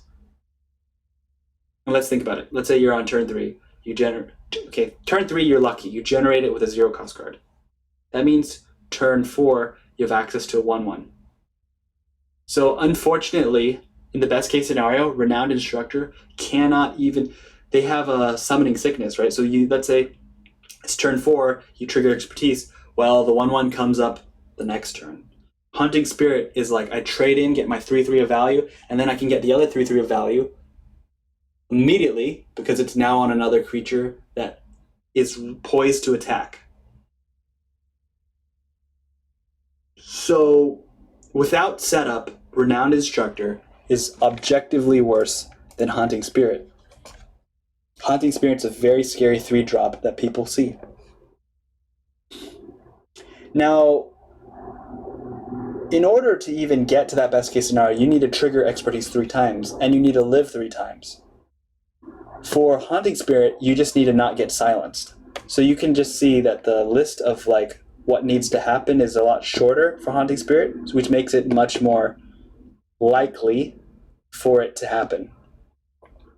Surviving 3 turns means potentially, if it's turn 3 play, you're surviving an Ice Storm turn, right? And that's a big worry of this card, is it's completely wiped out by Ice Storm.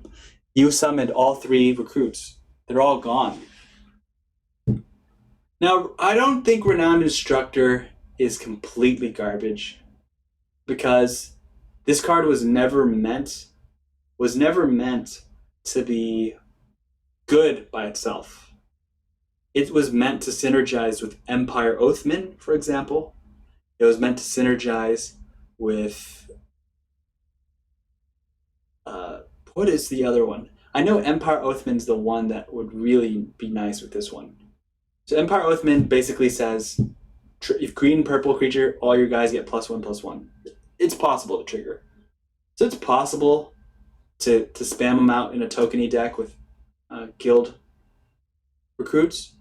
Empire Recruiter. But Empire Recruiter just seems so much better than this card, because let's face it, you might not even be able to trigger expertise on turn 4 when you play this card. Like, let's say you play this turn 3, turn 4. What's your ideal expertise trigger? Well, if it is a 2-cost card, it will actually inhibit some of your other plays. Like, let's say you have a great 4-drop. You had a great 4-drop, but it's turn 4. If you played a 4-drop without triggering expertise, you're losing value on the Renowned Instructor, because he has an expiration date. He's going to die soon, so if you don't trigger expertise, you're not going to capture any value from that. So it can be a little weird, because Renowned Instructor forces you to get value out of it. Your 4th turn play needs to involve a support item or action, and that can actually hurt you, because usually as an aggressive player you don't want to play an action on turn 4, because you need, turns 1 through 5, that's your go time. There are no Ice Storms. You should be developing your board, controlling the board, so you can push aggressively. So that really kind of makes this hard to get full value out of. And that also makes Empire Recruiter objectively better, because Empire Recruiter requires no such expertise charge. Having Pilfer basically means you can keep on, like he can keep on going, and it doesn't inhibit your subsequent plays. Also being a 2-cost card, it's also, as a 2-cost card, you can get him out earlier as soon as turn 1, which is huge, because if you can get an Imperial Recruiter out turn 1, you could potentially get, hold on.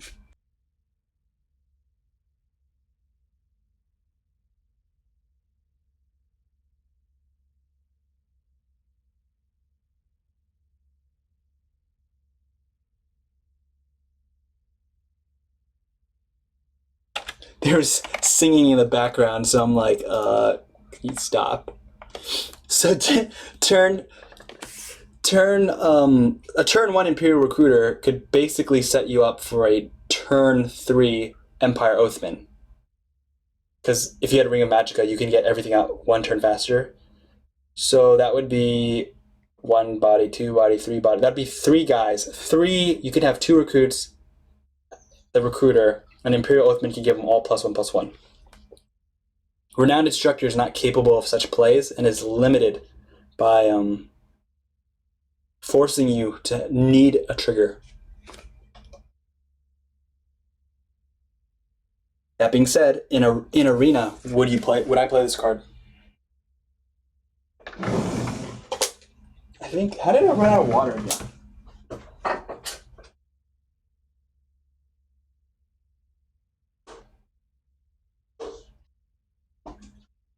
I thought I just drank a whole bottle of water. So Renowned Instructor seems playable in Arena. 3/3 for 3, I'll take it. Just smooth out the curve. Usually, she doesn't seem bad enough for me to be like, I can't play this card. And she seems decent enough that she can get the job done. As a 3 for 3/3 with some upside, if I'm in Guildsworn running some kind of items, I could at least feel comfortable that, hey, this is Arena. She's probably not going to get Ice Stormed. If I protect her within reasonable bounds, we can get maybe 1 or 2 triggers off. Those recruits could probably facilitate good value trades. So basically her survivability is greater in Arena due to the lack of clear removal options.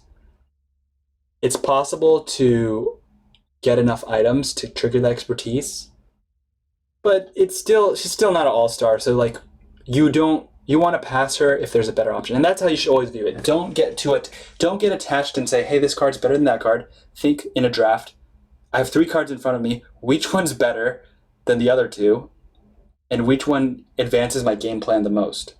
And that makes the decision easy. So instead of saying, this is a bad card, I don't want it, you have to say, well, I get 3 random cards, some of them are bad, so I have to choose the best from the worst. And she'll make the cut probably, because there are some pretty bad cards in Arena. Like Strategist Map. Support. Summon a 0/1 target with guard for you or your opponent. So I'm not quite sure where the designers are going with this deck card and Battle of Chalmoth Keep. There's an imaginary world where you have Unstoppable Rage and you use this and you kill them. But those Unstoppable Rage decks are not that aggressive and they're already struggling to survive. And this is a metagame question. Does strategist, so if you, let's pretend summoning a 0/1 target with guard for you or your opponent is good. Let's say it's like an expensive Night Mother. It's like an expensive Night Mother. Well, I guess look, you can summon it for yourself. I misread it. You can get yourself your own guard. Cool. So with if you get a guard for your opponent, you're trying to trigger Slay. You're trying to trigger Unstoppable Rage. But those decks struggle with early game survival. So all their late game is amazing. Their late game is amazing. All they need to do is survive early game. That's why we saw in Master Series Qualifier 2, Please Don't Hack Me, and Frenzy, their deck lists performed very well because they decided, let's cut away the top end and let's put in more early game. Let's put in finish offs. Let's put in Skaven Pyromancers. Let's put in rapid shots. Let's get more answers to the early game because this game has such good late game that we can basically annihilate anyone. And that's a problem with this card. So that means the slay part seems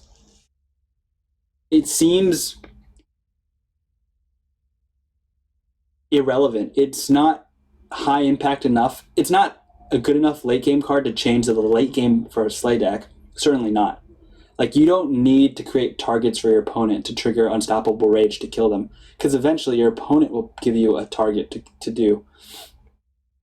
Now, that goes to the second flip side, the more flexible side. You can activate a 0/1 with guard for yourself. I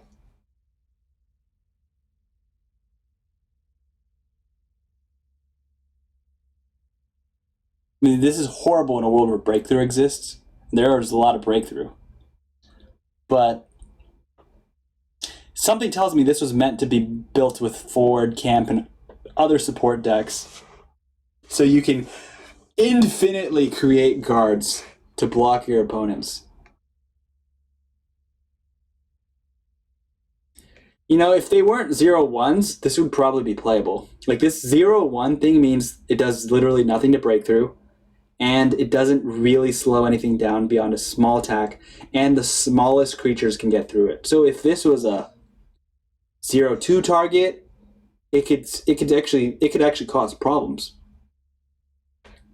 But it doesn't really advance the board state in this defensive capacity, and it doesn't seem to be...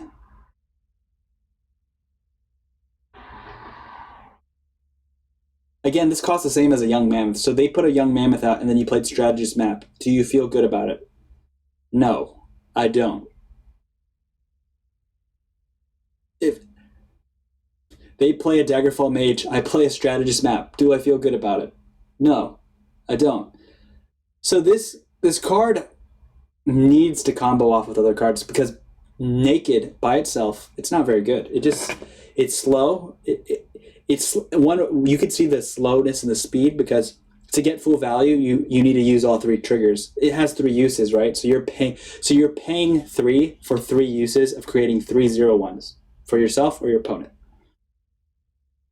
That, it's highly likely that you may not even survive to get the full value on this. Like, there are decks that can kill you on turn 5 and turn 6. And because they can kill you on turn 5, turn 6, you're overpaying for Strategist Map.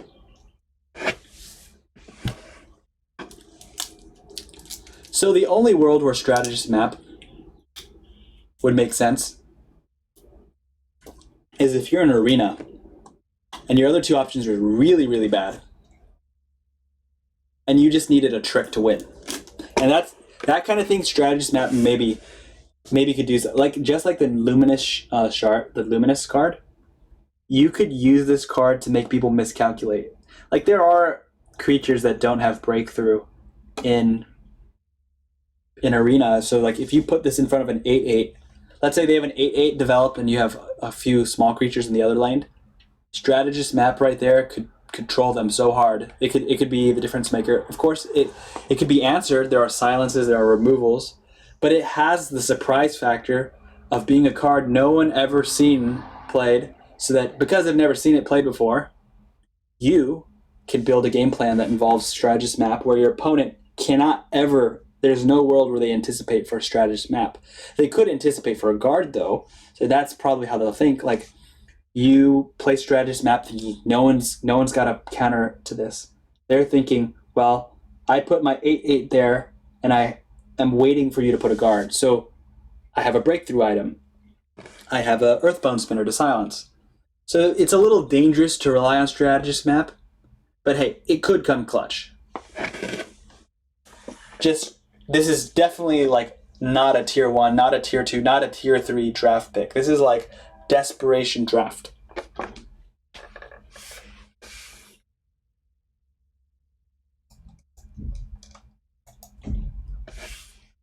Bruma Oppressor. Hello, if you're just joining us. If you have any questions, comments, or concerns, feel free to join us. We're towards the end. I think we're on the last few cards, last 7 cards. So Bruma Oppressor. 4-drop, 3/3 summon. If you have another creature in each lane, set a creature's power to 1. This is a good card. I would pick this up in draft pretty fast. In constructed, I don't think it's very playable.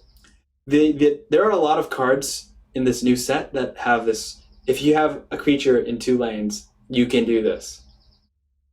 Those cards have really powerful effects. Like, their summon abilities are really strong. Making a creature's power go to 1 is a huge thing.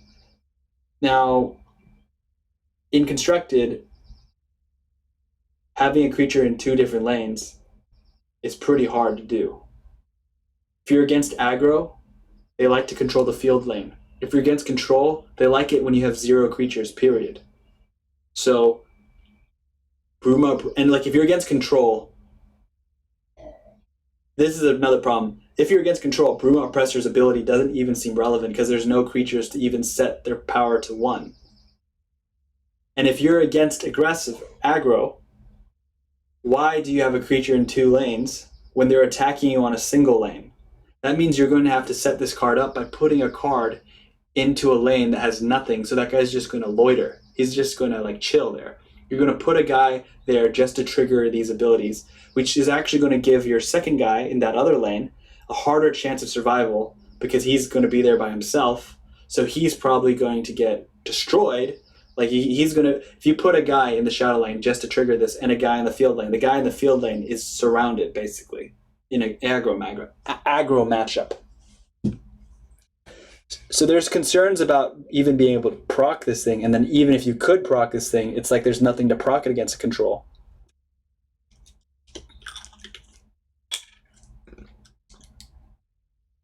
The arena metagame involves a lot of racing, and miscalculating, getting people to getting people to get overconfident in their creature that has 6 or 7 toughness, and to make them to bait people into having the confidence that they can finish you out where they decide to crack runes. That's when this card shines, because you can get them to start cracking runes a little bit, then you can use this to suddenly slow down their pace, and at that point they might have gone all in on that one creature with items. They might have gone all in because they see your creatures are not as high powered, and all of a sudden you're swinging the tempo into your advantage. Bruma Oppressor is good for these kind of use cases. A 3/3 for 4 is also very reasonable. It's not amazing, but given what you could do with the ability, it can be good. Good enough. Legion 0 Templar.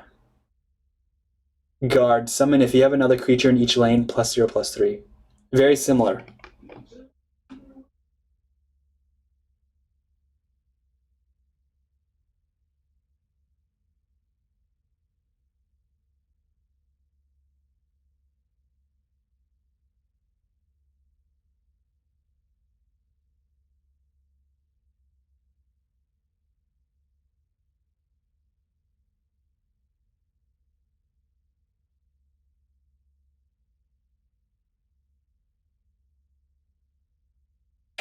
Okay, so Legion 0 Templar is very similar to Bruma Oppressor.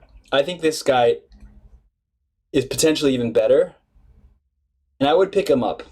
The only time I won't pick him up is when there's a completely better card on him in Arena. But a 2/8 for 4 is pretty good in a metagame which is aggressive. So Arena has a lot of aggression. So 2/5 for guard is already a reasonable price. When you can trigger him off 2/8, he's a wall. And that's pretty cool. Triggering his ability, not too difficult. It's cool artwork, cool shield. His sword is his sword is like slanted, but his shield is very heavy looking.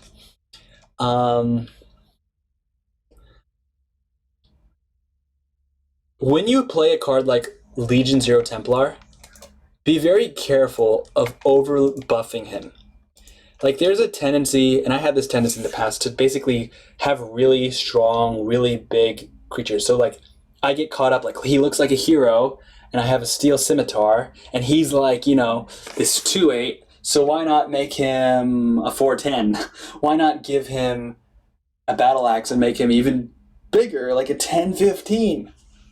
That is a temptation that you should try to stay away from, because let's look at his value. His value comes from guard, and his value comes from the additional toughness he gets if he procs. If you start adding more value into him, you're basically spending more money on him. You're spending more resources on him. You're basically lavishing Legion Zero Templar and saying like, look, get more stuff. And if you invest too much stuff in him, you're incentivizing your opponent to do something about him. So if you make him a 10/15, he becomes the juiciest piercing javelin target.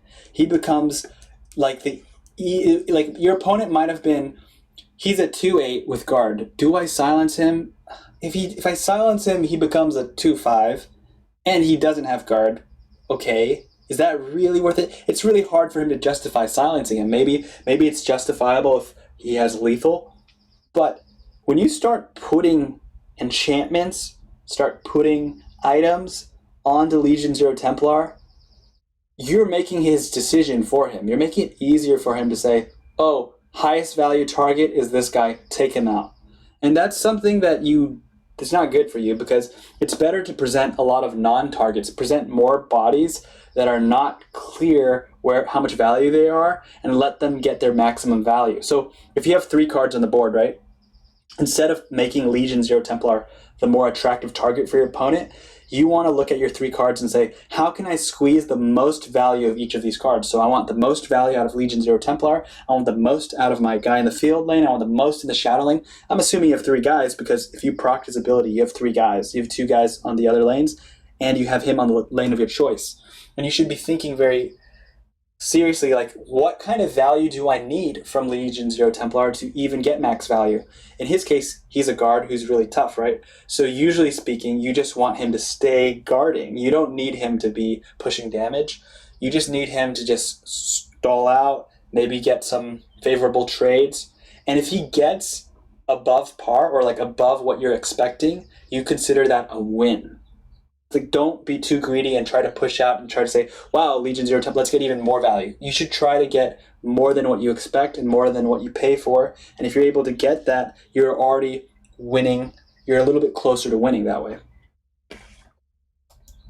So I would try my best to make sure that he doesn't get silenced. So not putting items on him is basically protecting him from silence, because if you put items on him, you're making it easier for them to choose to silence him, and then he's going to lose the guard, and then you're going to lose that value you needed to get from him more so, because chances are you needed the guard more than you needed any kind of like pushing damage from this particular target.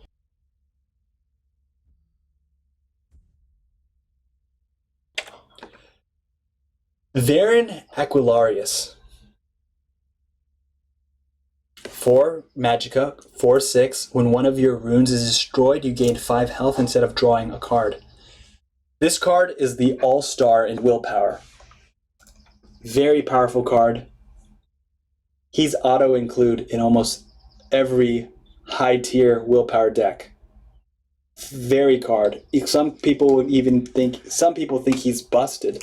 And I might actually have to agree that he's busted. Like, he's too strong right now. For first of all, a 4-drop usually gets you a Hive Defender, a 3/6 Hive Defender with guard. So his stats are better than one of the best 4-drops in the game. Like, it's a 4-drop 4/6. He can survive a Bleak Coast Troll. That's the gold standard for a 4-drop 5/5. So he can fight a Bleak Coast Troll.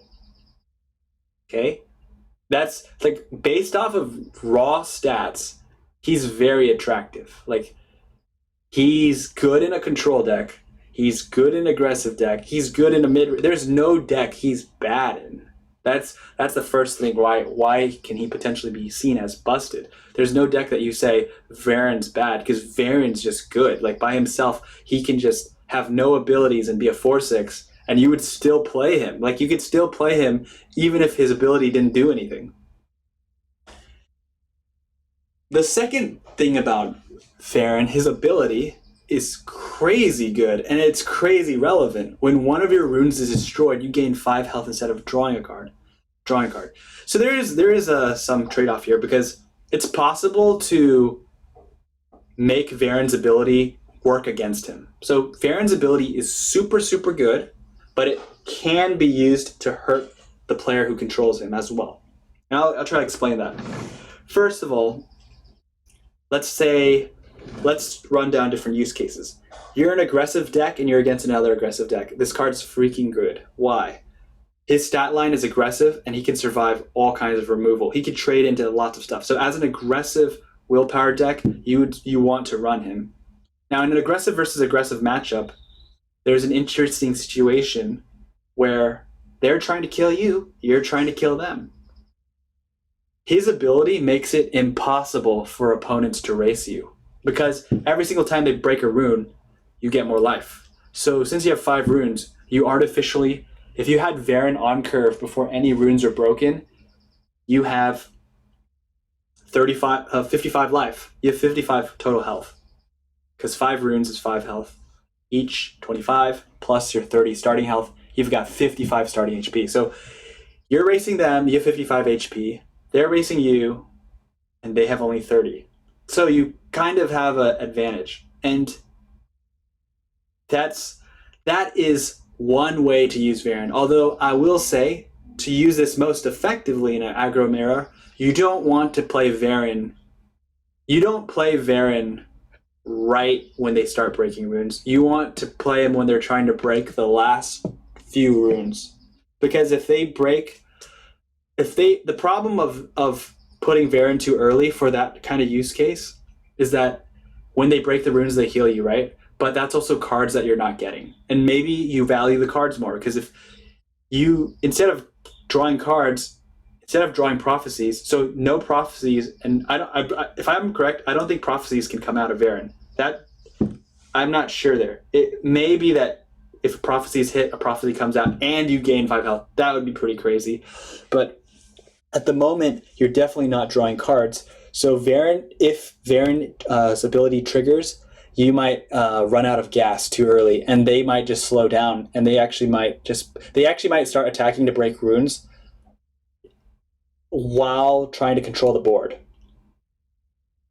Another way to counter Varen, and let's say you're on the flip side, you're the aggressor and Varen's also an aggressor, you're both aggressive decks, you're both going at each other. The easiest way to just deal with Varen is to silence him. So let's say Varen is racing you and they're getting overconfident. Let's say they played him in the situation where they have 2 runes left, and they basically left your guys alive because they're like, oh, I actually have 10 more life than it looks like I have 11 life, but I have 21.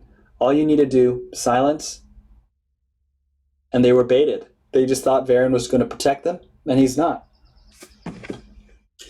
In a mid-range and control list, the ability becomes more and more relevant because you're trying to survive aggro decks. So probably the worst case is when you have Varen and you're a mid-range deck and you're trying to beat aggressive decks, beat control decks, the ability is useless because the control deck doesn't even break runes. So you're just using him for the stat line. But his stat lines are so good that you'd still want to use him in a mid-range deck, and you'd still feel good about him fighting a control deck. But as a control deck fighting a mid-range deck, he's going to shine like crazy because his stats allow him to fight mid-range creatures while his ability allows you to survive. Like, his ability can be seen as, you survive 2 more turns. You survive 2 more turns is like, that's game over for a lot of mid-range decks. Like, him just hitting the ground says, I survived 2 more turns. Can put these mid-range decks so far back that Varen has become a very feared card.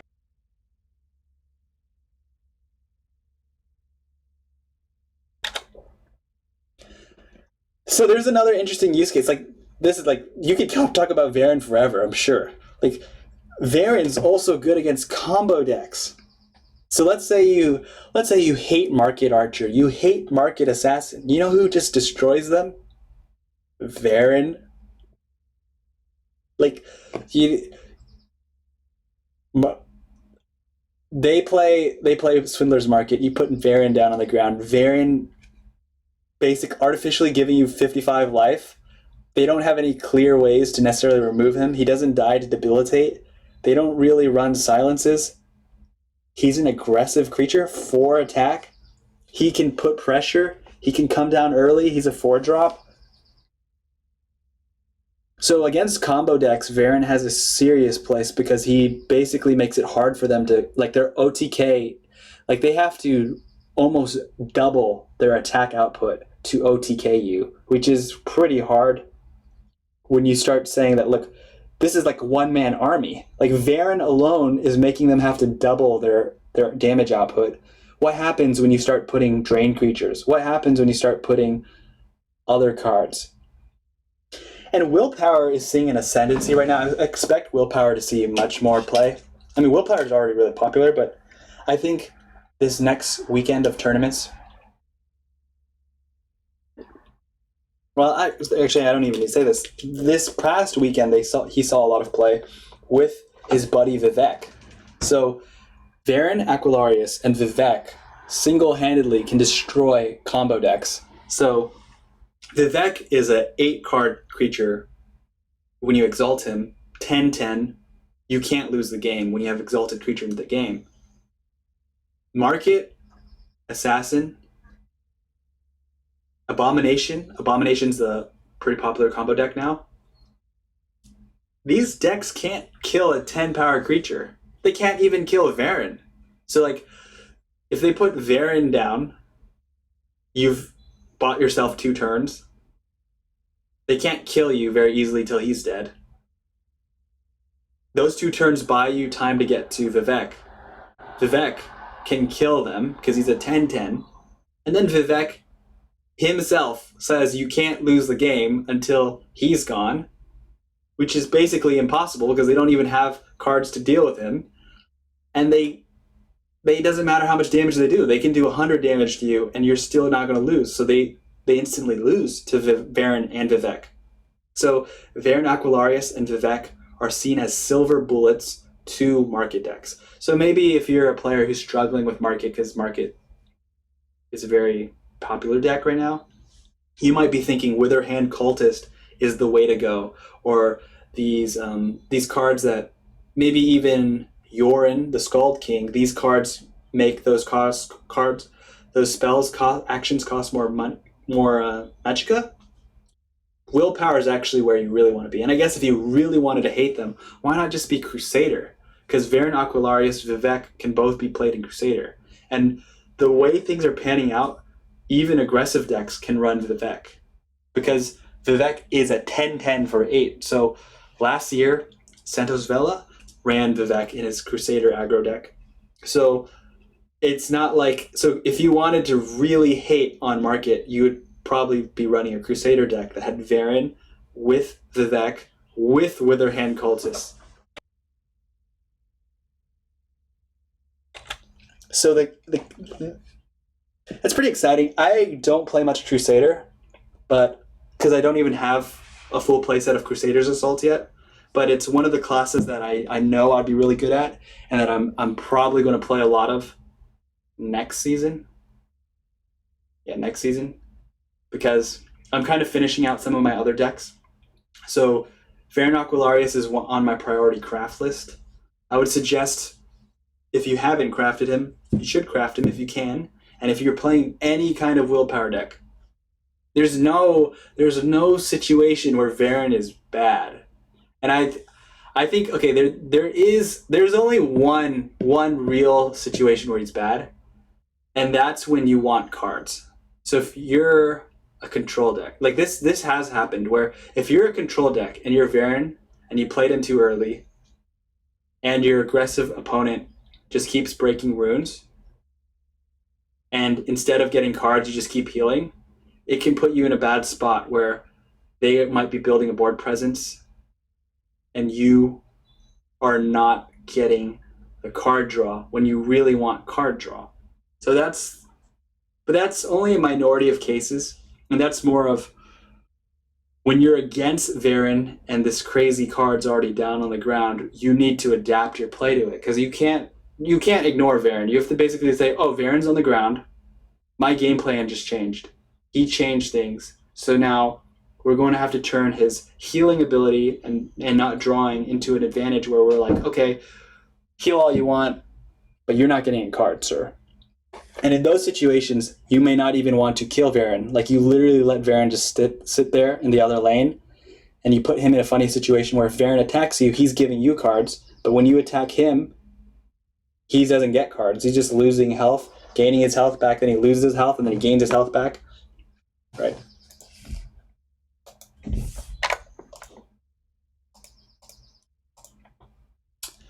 Wish. Summon a random 2-cost creature, empower +1 cost. Okay, that kind of reads awkward, but basically what happens is, if you play this naked, you get a 2-cost creature like a Warp Crafter. If you attack your opponent, the cost of the card gets higher and higher. If the cost of the card gets too high, you actually summon a giant. So I played against an Abomination deck. If you don't know what Abomination is a deck, you should try to look it up on YouTube.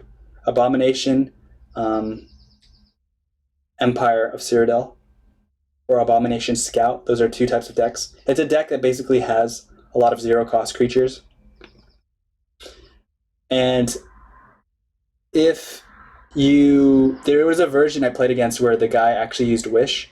He used Swindler's Market to empower this thing to 26. So it's actually possible to get this thing to empower 26, like not just 5, 6, 7, 10, 26. So when he summons a random 26 cost creature, what happens is he gets an Ancient Giant.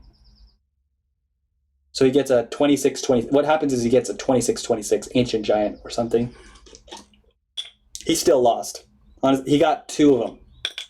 So I don't exactly consider that deck I don't consider that version to be a very good version of Abomination.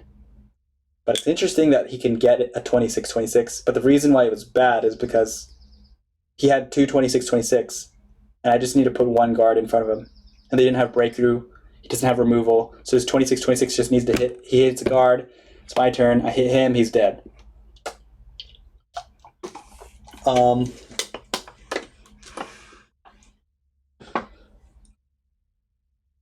So I have a feeling using Wish past 12 Magicka is actually a bad idea. Because from what I've seen, I would rather get a random Odoving than get a 13-13 giant that gets killed the next turn by literally so many things can kill a 13-13 giant.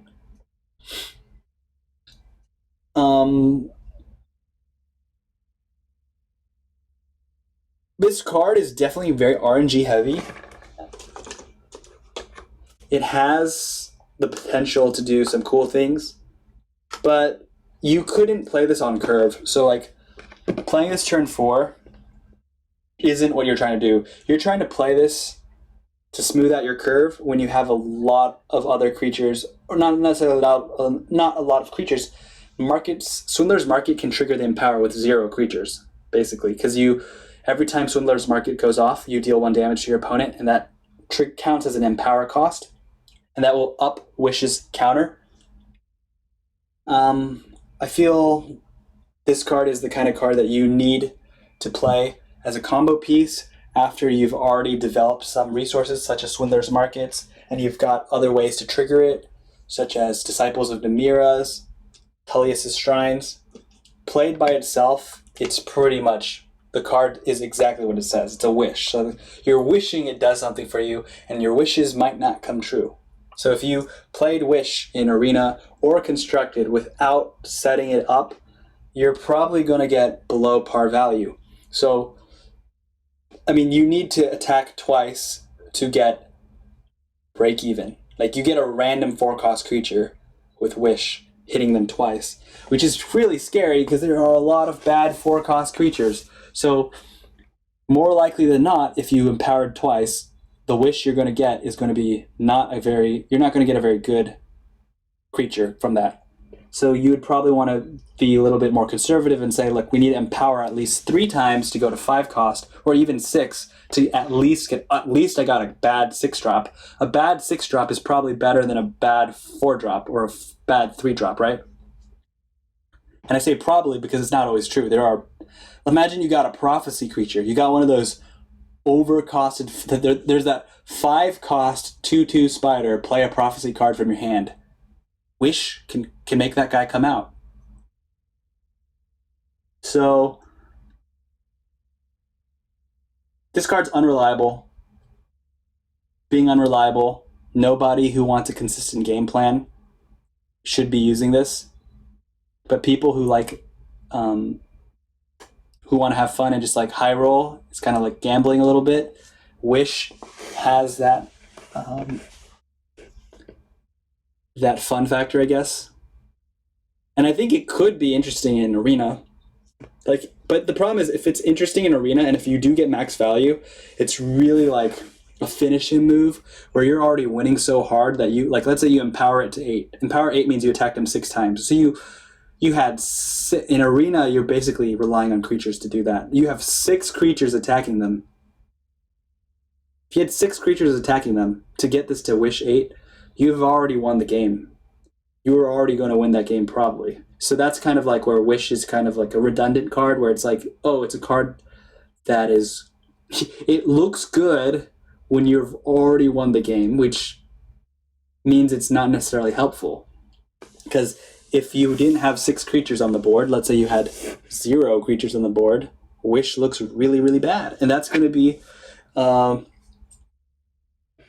that's actually the kind of situations you need good cards in your hand, right? It's like you're losing. When you're losing, you need cards to get you back into the game. Wish doesn't do that.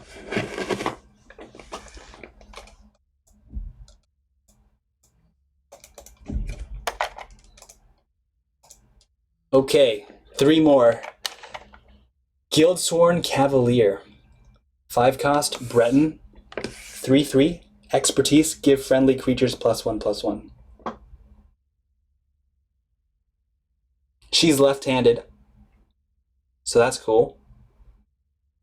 I think this card is definitely on the edge. It's on the edge of, is this good or is this bad? Because the truth is, it's both good and it's bad. So it's a conditional card. It's not like Varen. Varen's always good.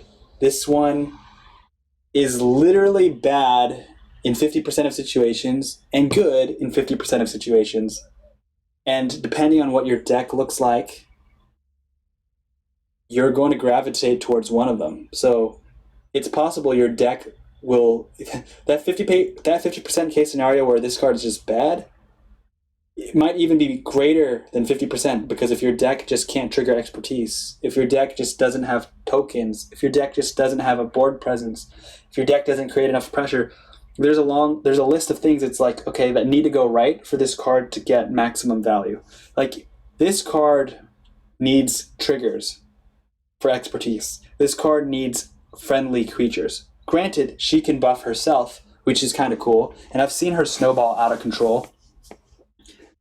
She seems like, the thing is though, like, let's say you're playing Empire of Cyrodiil.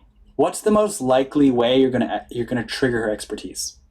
So Guildsworn Oathman is like way better than her, because Guildsworn Oathman can trigger reliably faster. Turn 4, nothing else. All you need is a purple and a green card, and that's very easy to trigger, because there are a lot of small purple-green cards that are sticky, that will stick on the board, and your opponent doesn't feel threatened enough to remove them. Guildsworn Cavalier comes out a turn slower. Her stat line is worse, 3/3 compared to 4/4. Empire Oathman is a 4/4. But she has the benefit of being able to trigger her +1/+1 multiple times. So expertise can be triggered not just the first turn you play it, but every subsequent turn that she survives where you trigger it. So I'm leaning towards the idea that it's actually a lot harder to trigger her than it's easier to trigger her.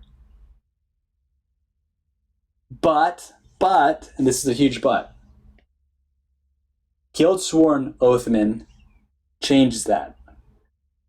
So there's a rising deck right now that is really a Guildsworn mid-range kind of deck. And I think she can be in the deck, but she can't be 3 of. Like, if you had 3 of her, it's not good. The reason you can't have 3 of her is because, for a general rule, when you're in Constructed, if you have 3 cards in your 3 copies of the same card, you're basically saying, I want to see 2 of these in a game, and I want this in my opening hand. So if those are not true, do not put 3 copies of it in your deck. So if there is a card that you do not want to see in your opening hand, do not put 3 copies of it. If it's a card that you do not want to see 2 copies of it in a game, do not put 3 copies of it. This card is definitely not a card you want to see in your opening hand because it can't open. It's not an opener. It's definitely not a card I want to see 2 of because if, like, playing one of these and triggering that is already hard enough that if I was to play one of these and then have another one, it's like, it's slowing everything down. And you have to think to yourself, that second Guildsworn Cavalier that entered your hand, it could have been a trigger. Or it could have been one of those another friendly creature to have given +1/+1. So it's hard for me to justify 3. So 3 would definitely not. So 2, when I put 2 copies of a card in my deck, I'm thinking to myself, I don't want to see this in my opening hand. It's a good card, and I want to see at least one of them in a game. But if I don't see one of them, I'm fine. That's the mentality I have with 2 of a copy, especially when you're running a 75 card list. It is very unwise to build a deck around a card that you have 2 copies of. So what you want to do is you want to be redundant. So let's say you have 2 copies of Guildsworn Cavalier. Well, let's say you know what her weakness is. She's a little expensive. She's harder to trigger. Why can't we get a second? Why not put in 3 Empire Oathmans who do something similar, or Guildsworn Oathmans, right? They're similar, 5 cost, but they're more useful in a more wider use cases. And Guildsworn Oathmans actually have the triggers. They create 2 0-cost expertise triggers that make her good. And in these Guildsworn mid-range decks, what you're seeing is they're swarming the board. They actually have instead of, they're not breaking runes. They're basically, I'm going to play a bunch of creatures, a bunch of big guards, and we're just going to slow down your opponent, and we're going to wait till the board is full on shadow and in field lane of a bunch of big guys, and then we're just going to wait for our opponent to leave the game, or we're going to kill them in 1 turn.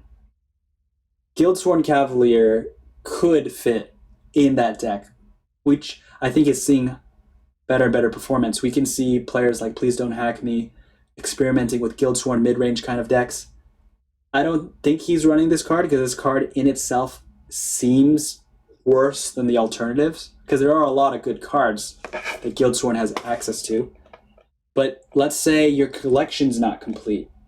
That's where Guildsworn Cavalier can come in, because let's say you're a player and you don't have the same cards Please Don't Hack Me has, and you need to put cards into the deck just to smooth it out, or maybe even just experiment it. It's perfectly fine. I'm doing it with a lot of my decks where I have these cards that are stand-ins who are not as good as what's best on the market, but they're good enough and they do similar enough of a role that I can compete pretty well at whatever ranking I'm at. Right? So if you're at ranking 4, don't hold yourself to the same bar that I need a legend deck. You can say, look, I like that deck, and this card is not as good as that card, but I don't have that card that's better. So what's similar and good enough? Guildsworn Cavalier could do that.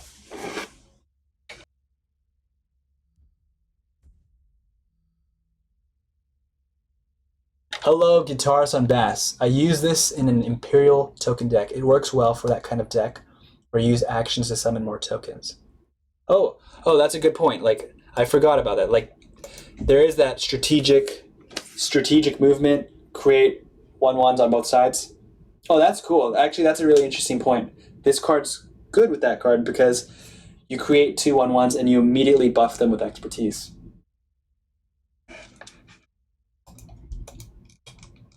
I'm talking about this one. This one, not this one. 1 second.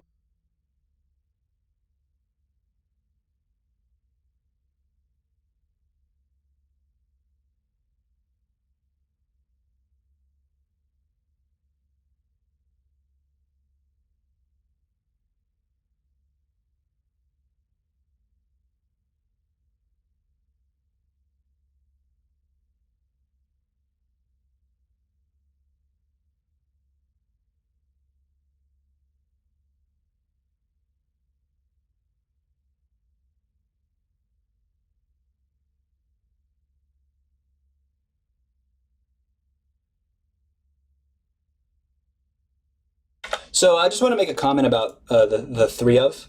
If you put 3 cards, copies of a card in your deck, and you drew 2 of them in your that's the real test. You drew 2 of them in your opening hand.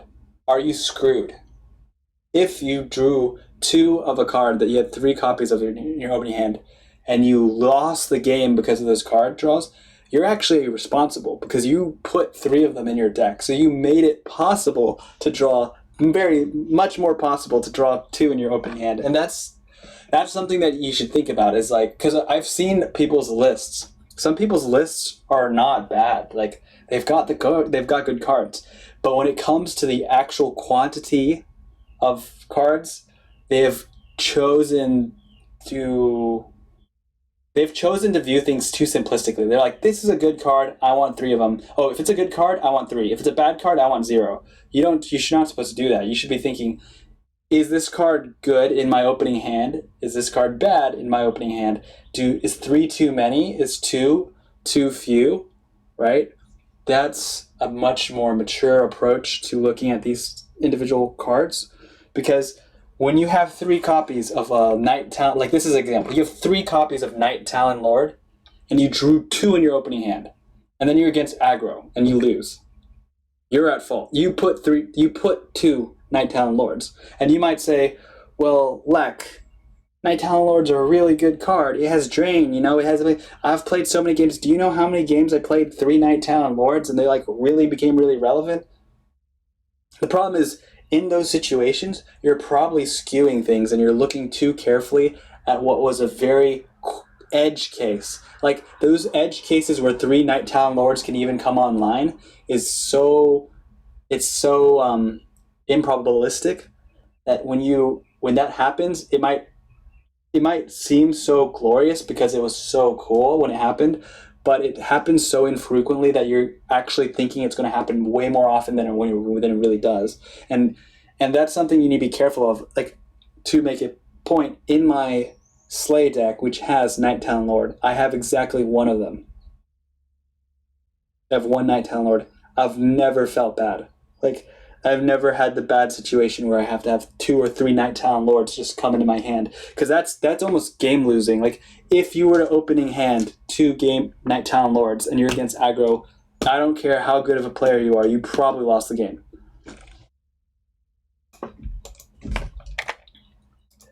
Guildsworn Oathman, Nord. Willpower, 4/6. Summon if you have a red card in play, put an improvised weapon into your hand. Blue card in play, put a forked bolt into your hand. This card is so good, I think people can play it in Crusader. Like, right now, Crusader, red, yellow is Crusader colors. Crusader doesn't even need the forked bolt. But improvised weapon, if you haven't been paying attention to the last 2 tournaments, improvised weapon won the last one, last weekend. And the weekend before that, something similar to improvised weapon, ornamental sword, won the game. So we're talking about what people are doing is they're using improvised weapon, which reads +1/+1 breakthrough. They use 0 cost. Put this item onto a very strong creature like Flesh Atronach. Use Unstoppable Rage. Instantly kill your opponent from 30 health. I think so. To recap, last weekend's Frenzy used Flesh Atronach. Flesh Atronach is a 1/1 creature. That's a 6 cost card that says +1/+1 for every card in your discard creature in your discard. He had 22 creatures in his discard pile or something. He plays Flesh Atronach. Okay, so his opponent puts like anything on any lane. Both players are at like full life. Wait, no, I think Frenzy's almost dead, actually, if I remember correctly. Their life totals doesn't matter. Let's pretend they're both at full life. Flesh Atronach comes down, 6 Magicka cost. Unstoppable Rage, 8 Magicka cost. That's 14 Magicka, which is very easy to do when you're in Ebonheart Slay because they have scout colors, so they can ramp. So they're at 14. He's at like 15 Magicka. So he puts Flesh Atronach down. He puts improvised weapon on it, so it goes from 22-22 to 23-23, but now it has breakthrough. Then he used Unstoppable Rage. Unstoppable Rage says deal your damage to all creatures in this lane. If he had like 2 or 3 creatures in that lane, let's say each creature had 1 toughness. Each creature would take 23 damage, okay? 23 damage.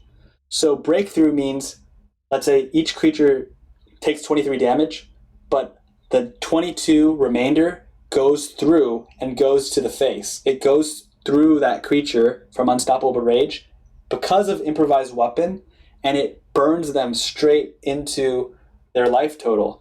And it happens all at the same time. So the opponent had 5 runes.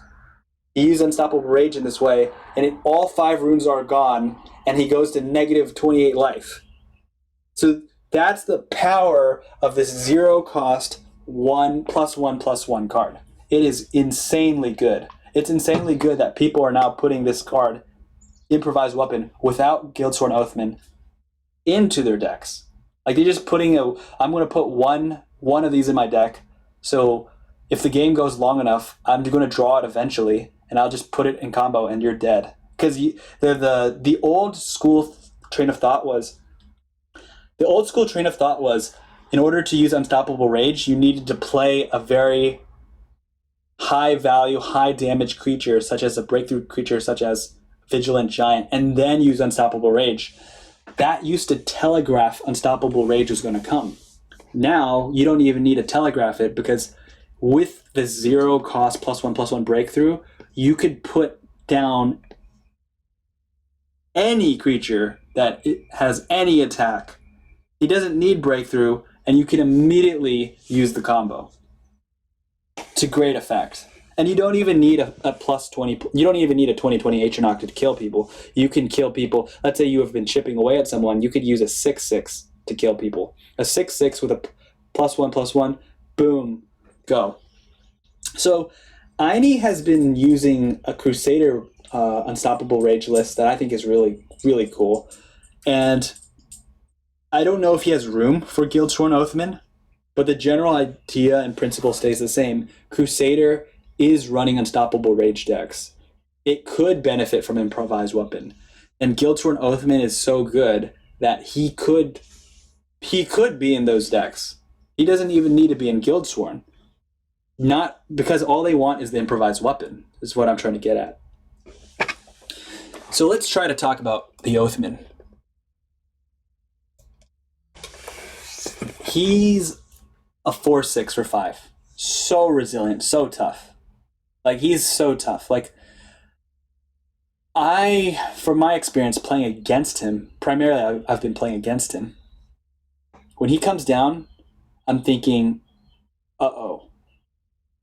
If I remove him, he's already got some value. Because usually when they play him, they're triggering the red or the blue. Usually both. Pretty easy to do both. Because of, if you didn't know, these Oathman cards will trigger, let's say there's a Guildsworn Recruit. Guildsworn Recruit is two magicka, 1/2, draw a card, red, blue, yellow. So he counts as red and blue. So you don't need two separate creatures or two separate cards. He can trigger if there's a single card in those colors. I'm not sure what's a blue-red card at the moment. I don't know what a blue-red card is. Oh, Battle Mace. Okay, so if there's a Battle Mace in play, Guildsworn Oathman would also trigger as well. And that's the thing. If you remove Guildsworn Oathman after he's already triggered, you're not going to stop his full value, because part of his value is split up. He got them Improvised Weapon. He got them Forked Bolt. On top of it, now he's a 4/6. Responding to the 4/6 means you didn't respond to the red part or the blue part. So whatever happens, he's going to get some kind of value had he triggered. And that's tough. That's a really tough place to be, because in many cases, if he triggers, he's not the only guy on the board. And if he's not the only guy on the board, we're already struggling to respond to those other threats. So if he has a 4/6 who's triggered, we can't interact with his new 2 items. He basically drew 2 cards. If we don't remove him, we're going to take 4 damage in the face, which is non-trivial. If we do remove him, that means we're not removing other threats, because his stat line makes it really hard to remove him and other people at the same time. It's not easy to piercing javelin him and then do something about the other 2 creatures that are on the other lanes, you know? He's hyper resilient to things like Ice Storm. Let's say he comes down. Let's say there's a bunch of those small token recruits. You want to do an Ice Storm. Well, if you do Ice Storm, you're taking 4 damage in the face next turn, and then you still need to dig and find a way to respond to him, because he's not answerable very easily. You answer him with 1 spell, then there are other people that are around. You answer those other people, then he's still around. And if you even answered him, he still has those 2 cards. So it's a question. It's always feels bad when you're on the control side of things and you see Guildsworn Oathman proc, because you're just like, okay. Chances are these are very early turns. We're talking turns 5, even turn 4, right? Guildsworn Oathman can come down with the Ring of Magicka on turn 4, which means my turn that I can respond with, I have 5 Magicka. How do I respond to a Guildsworn Oathman with 5 Magicka? We don't have Unstoppable Rage. So it's not an invincible card. It's a tough card to deal with, and a good card. So when I did the set review of blue, I surprised myself by saying how good Forked Bolt is. So on the surface level, these 2 cards he gets you are kind of lackluster bad. Oh, they're 0-cost cards. Oh, let's deal 1 damage to a creature. Like, it's not even a Firebolt.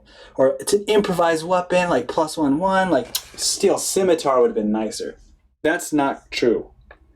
These 0/0 costs cards are perfect because they activate expertise. So let's say we were talking about that previous card, Guildsworn Cavalier. Guildsworn Cavalier, expertise, blah, blah, blah. Let's say you play her on turn 5 and you can't activate her because you don't have a 1-cost, you don't have any more Magicka. Well, Guildsworn, it's possible to Guildsworn Oathman turn 4 with Ring of Magicka, Guildsworn Cavalier turn 5, and you just use Improvised Weapon and everybody gets +1/+1. So it's very synergistic with expertise decks, because Guildsworn Oathman gives you 2 expertise triggers in the pocket that are very cheap.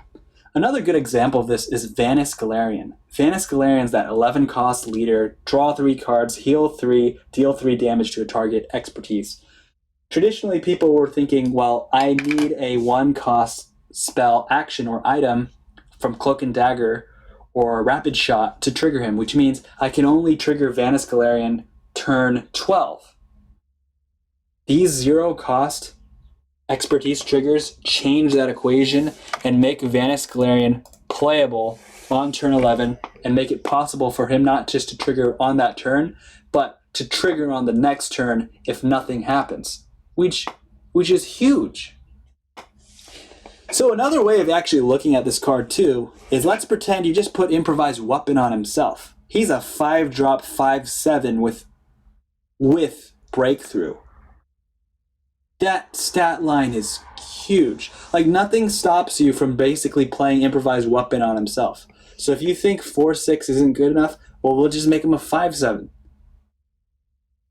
Right? He's a 5/7. And there's the flexibility. You don't need to put that +1 on him. That's a bonus. You could put it on him if you want, or you could put it on a more relevant creature who's already capable of attacking that turn, right? Or you can save it up for your unstoppable rage play, as these Guildsworn decks are Guildsworn Crusader decks are starting. They already have these in their toolkit. They already are unstoppable rage decks. So now this improvised weapon can be an ace in the pocket, basically. And it can smooth out your draws, right? If you know Guildsworn Oathman's in your deck, you now have access to improvised weapon, so you don't need to put improvised weapon as a card into your deck like that Slay deck does. Like the Slay deck that won last weekend, it actually has a 0-cost card called improvised weapon in the 75 cards deck. This enables, no, you don't need that. So, like, and one of the things about Guildsworn Oathman is we're not even done talking about him. We're just talking about improvised weapon. Like, Forked Bolt, I think I talked about Forked Bolt for like 20 minutes. Like, this Forked Bolt card is not a bad card at all. So, like, on top of being able to trigger expertise just like improvised weapon, you could even see, like, another way of looking at this card is he's not a 5/7, he's a 6/8. Because improvised weapon makes him a 5/7, and Forked Bolt does 1 damage, which is almost the same as if he was a 5/8, 6/8. Because let's say you needed to trade him into a 6 toughness creature. Well, the worst case scenario is you had to put improvised weapon on him, and then you finished him off with Forked Bolt. And guess what? That 6 attack creature probably doesn't have that 6 toughness creature probably doesn't have 8 attack, because there aren't, like, people don't play 8 attack, 6 toughness creatures. So this guy could trade into 6 toughness creatures, which is basically almost any creature. Like most creatures don't have that much toughness. I mean, even Ancano, 8-drop 5/5. Laneth, 9-drop 6/6. Guildsworn Oathman, putting the improvised weapon on himself, using Forked Bolt, is access to 6/8 stats. So Forked Bolt is incredibly flexible. Like, I'm not going to try to talk about it all too much, but because I talked about like crazy on the blue one, because it's a different card. Let's say when you have Forked Bolt in a market deck, it is really good. So Assassin Market can't put Guildsworn Oathman in it, but they put Forked Bolt in the deck because Forked Bolt is a catalyst. It triggers so many other cards. It triggers Empower for Spoils of War. It triggers Market. So, right, Forked Bolt reads deal 1 damage to a creature, then deal 1 damage to itself. Empower says when you deal 1 damage to yourself, add 1 to the counter. Spoils of War has Empower. So if you used Forked Bolt on a person, it deals 1 damage to them, and then it reduces Spoils of War's cost by 1. And then if you have Swindler's Market reads, it's a 0. If you play a 0-cost card, deal 1 damage to your opponent's face. So what ends up happening is if you used Forked Bolt, you deal 1 damage to them, Empower trigger 1. Then Market will hit them in the face because it's a 0-cost card. Empower trigger 2. Spoils of War just went from a 5-cost card to a 3-cost card. So that's the engine behind Market. Forked Bolt is a critical. It's not the only piece, but it's a very key piece. And that's only half of Forked Bolt. Like Forked Bolt, that's the part that hits them in the face. It has the ability to trigger Empower, right? I don't know if Empower is going to be used much in Guildsworn or in Willpower. Potentially it does. Maybe there is a world where Guildsworn Oathman's good with only half of them. Like, you don't need to play Guildsworn Oathman in Guildsworn. You could play him in a Crusader deck. You could play him in a Mage deck. I mean, he's not as good, but in reality, even in a Guildsworn deck, there are situations where you have to play Guildsworn Oathman, and you're not even triggering one of them anyway. So this is pretty similar. And even if that happens, he's still good.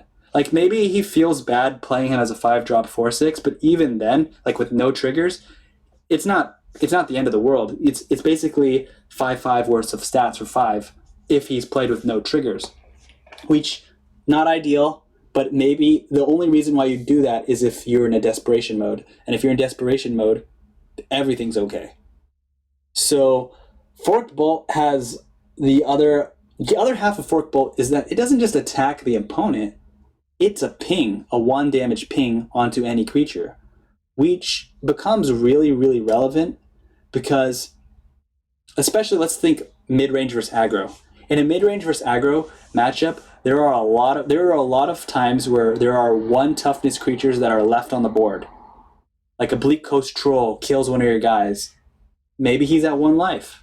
Probably not, because by nature, Bleak Coast Troll needs to survive, and he gets a Slay trigger, and then he gets +1/+1. So if he's at 1 toughness, he'll be at 2. So maybe a bad example. But there's a lot of situations where there are 1 toughness creatures that are just chilling on the board, and they're still attacking the face. And then you're wishing to yourself, how can I remove this guy?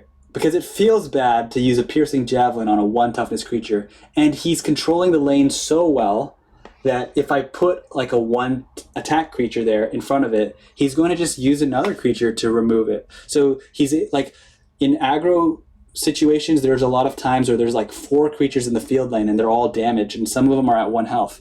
Forked Bolt is very clutch in those situations because it's a free removal, right?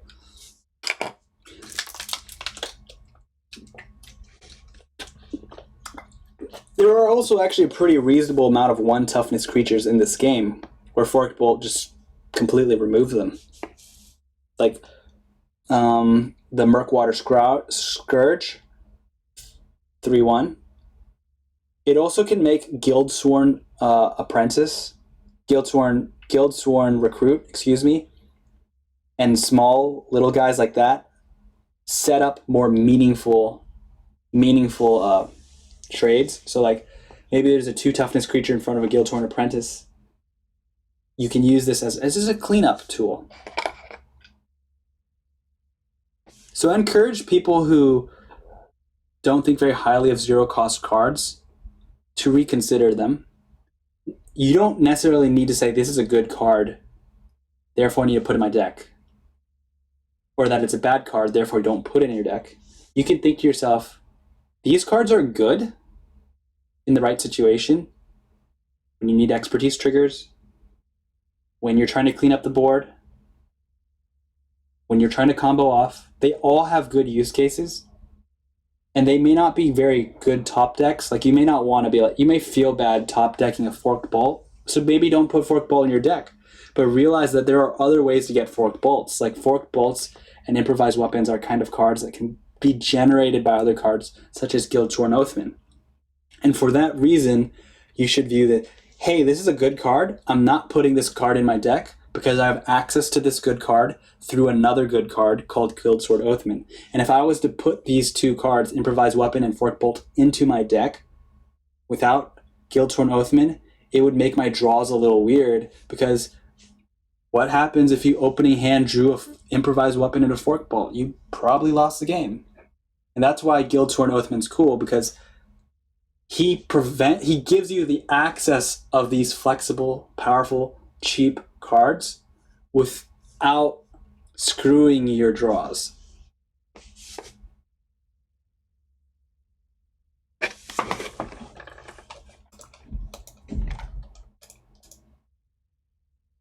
So thank you everyone for tuning in. We're on our final card and then lunchtime. Tessel. Guildsworn Honeytongue.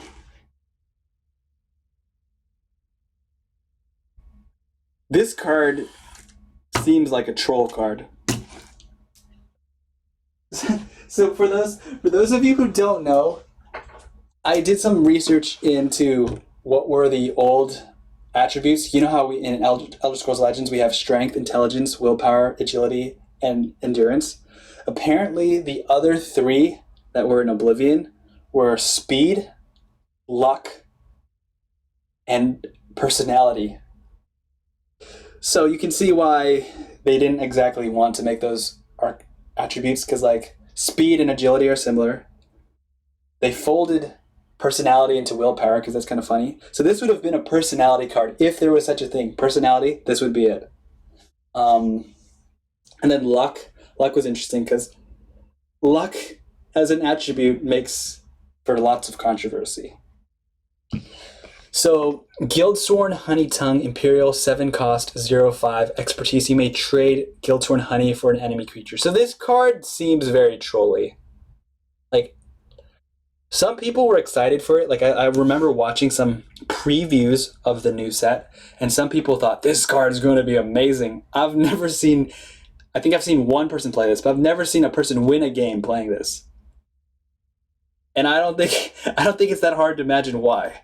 One, your opponent can use this card exactly right back against you. So if you played Guildsworn Honeytongue, trigger its expertise, and steal something, great. They now have this card. They just need to trigger expertise, then they steal it back. How's that not a trolly card? Like, this card, so this, by very nature, this card doesn't just act like, this card can be used against you. That's the first reason why it's trolly. The second thing is the cost is so prohibitive. Like 7 cost for 0/5. Like, I'll be real here. I would want this card to be like 3 cost 0/1. Let's go. Then if this was a 0/1 3 cost, like what? Under what world do you even care it's a 0/5, a 0/4, or a 0/1? Like, the whole point, in a reality, you actually want it to be a 0/1. I want to exchange this thing and I want it to die. Like, you don't want it to exchange and live, because if it exchanges and lives, that's when it opens up the possibility it can be used against you. So it's more like, let's use Guildsworn Honeytongue, let's use expertise, and let's hope it dies. But the problem is, in order for its ability to even go off, it needs to live. So like, the last thing on the stack is its expertise trigger. So it's like, this card can 100%, even if it was a 0/1, it can still be used against you, because in order for the exchange to even happen, she needs to be alive, and when she's alive, she will change, which means your opponent will have 100, there's no doubt about it, 100% have the opportunity to exchange the expertise. And if I'm not mistaken, if you trigger this expertise on any target, I don't care if it's a 12/12 aspect of her scene, you can't attack with it. It's literally at the end of your turn. It doesn't even matter if it has charge. So you're just doing a switcheroo, and you can't do anything with the card. So this card is, the problem with this as a tempo play is that it's such a tempo loss. It's a tempo loss because, like, let's just give an example. It's turn 6. What do they play on turn 6? Night Shadow. They play Night Shadow. Turn 7. Let's just be generous. I have Guildsworn Honeytongue, and I have an improvised weapon, because I used Guildsworn Oathman in several turns previously. So I used improvised weapon on a target, preferably not Guildsworn Honeytongue, because she's about to change hands. And Night Shadow becomes mine at the end of my turn. Cool. It's now their turn. Let's say it's turn 7 for them, because I was turn 7, now it's their turn 7. Turn 7. They're just like, what? Does this guy want to lose?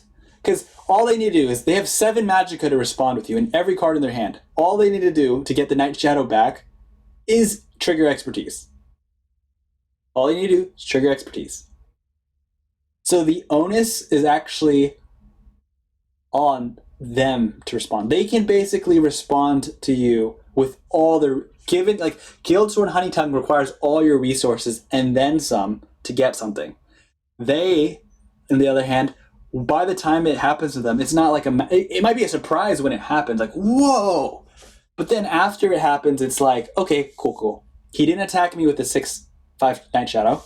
There's no more Magicka in his pool, so he couldn't use anything like Squish the Wimpy, as if you would have Squish the Wimpy and Guildsworn Honeytongue in the same deck.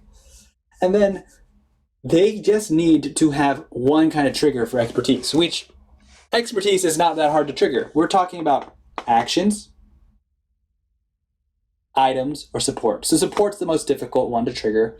Items the most unusual, because items, some decks just don't have any. But actions, most decks have actions. Even the most aggressive decks have shadow shifts. Every control deck has actions. Like, imagine a mid-range, like, what's a mid-range deck that doesn't have actions? Like, even these aggressive decks have spoils of war. So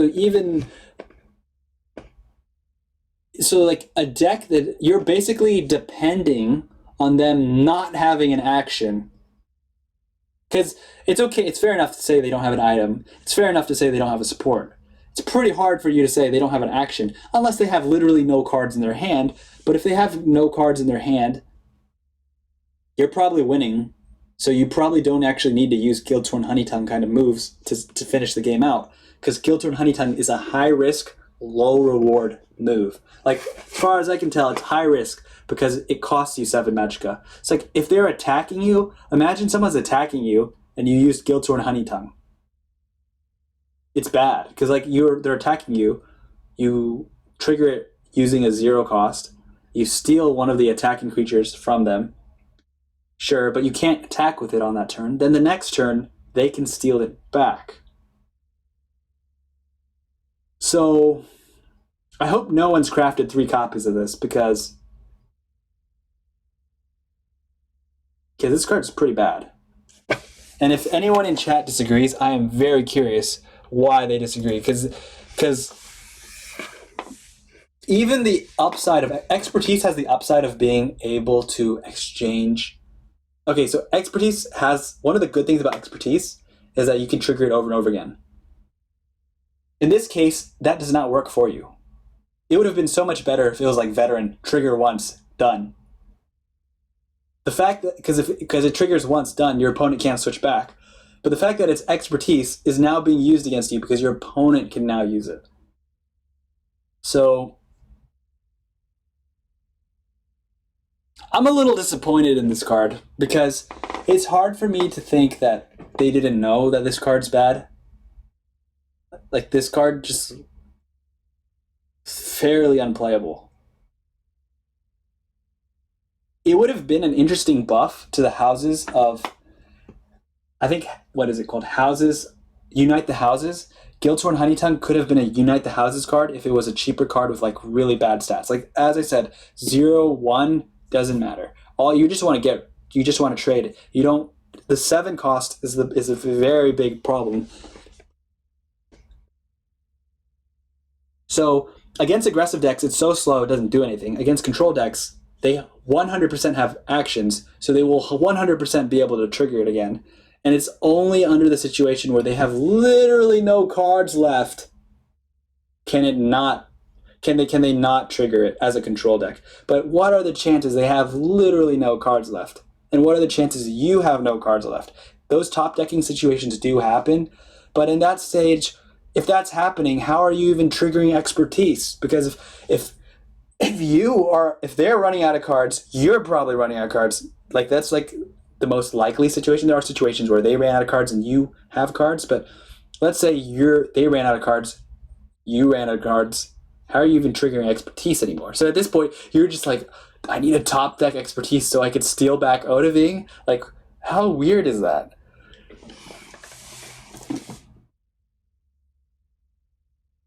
I wanted to say one more thing about this card. Oh, my suggested buff for this card, because I do like the name of this card, Guild-Torn Honeytongue. I like the artwork. I think I think this card has some interesting game mechanics. It's just that the whole package just doesn't work very well together. And I would have wanted this card to be able to exchange any creature. Now that would be cool. Like, if Guild-Torn Honeytongue could trade my Thieves Guild recruit for Odahviing, let's go. Like, that's maybe, like, why does she need to trade herself? Because when she trades herself, this is like such a huge liability. But if she is an engine piece that can trade things, like, let's try to say, how could we make this reasonable? She's a 7 cost, 0-2, expertise. you may trade any creature for any creature. Or you can trade an allied creature for an enemy creature. Or you can move 2 creatures' position. Like, that would be crazy. Like, I just imagine if it was move 2 creatures. So if that means expertise in this situation. I could change a creature that was in their field lane with my field lane. So that means we changed the creature's position. I could change my creature from field lane to their shadow lane to their... Or I can move my shadow lane creature to my field lane creature. So you can just, like, move people around. Maybe that's a little crazy, but I do think that her ability to exchange other people's creatures could make her a way cooler card. It would need testing, though. Like, it's on the fly. I have no idea how balanced that is. There's probably some crazy interaction. Like, at that point, you would play Guildsword Honeytongue with those token decks and say, oh, you played Falkirth Defiler? Great. Here's your 1/1 recruit. And what's really cool about that is they couldn't even respond to that because, like, it's expertise trigger. So if I had a 1/1 recruit and I exchanged it for the Falkirth Defiler, that's the same turn Guildsword Honeytongue came down. If you were to do something like that, though, Guildsword Honeytongue might need to be a higher cost creature. But if it was a higher cost creature, it could do some cool stuff.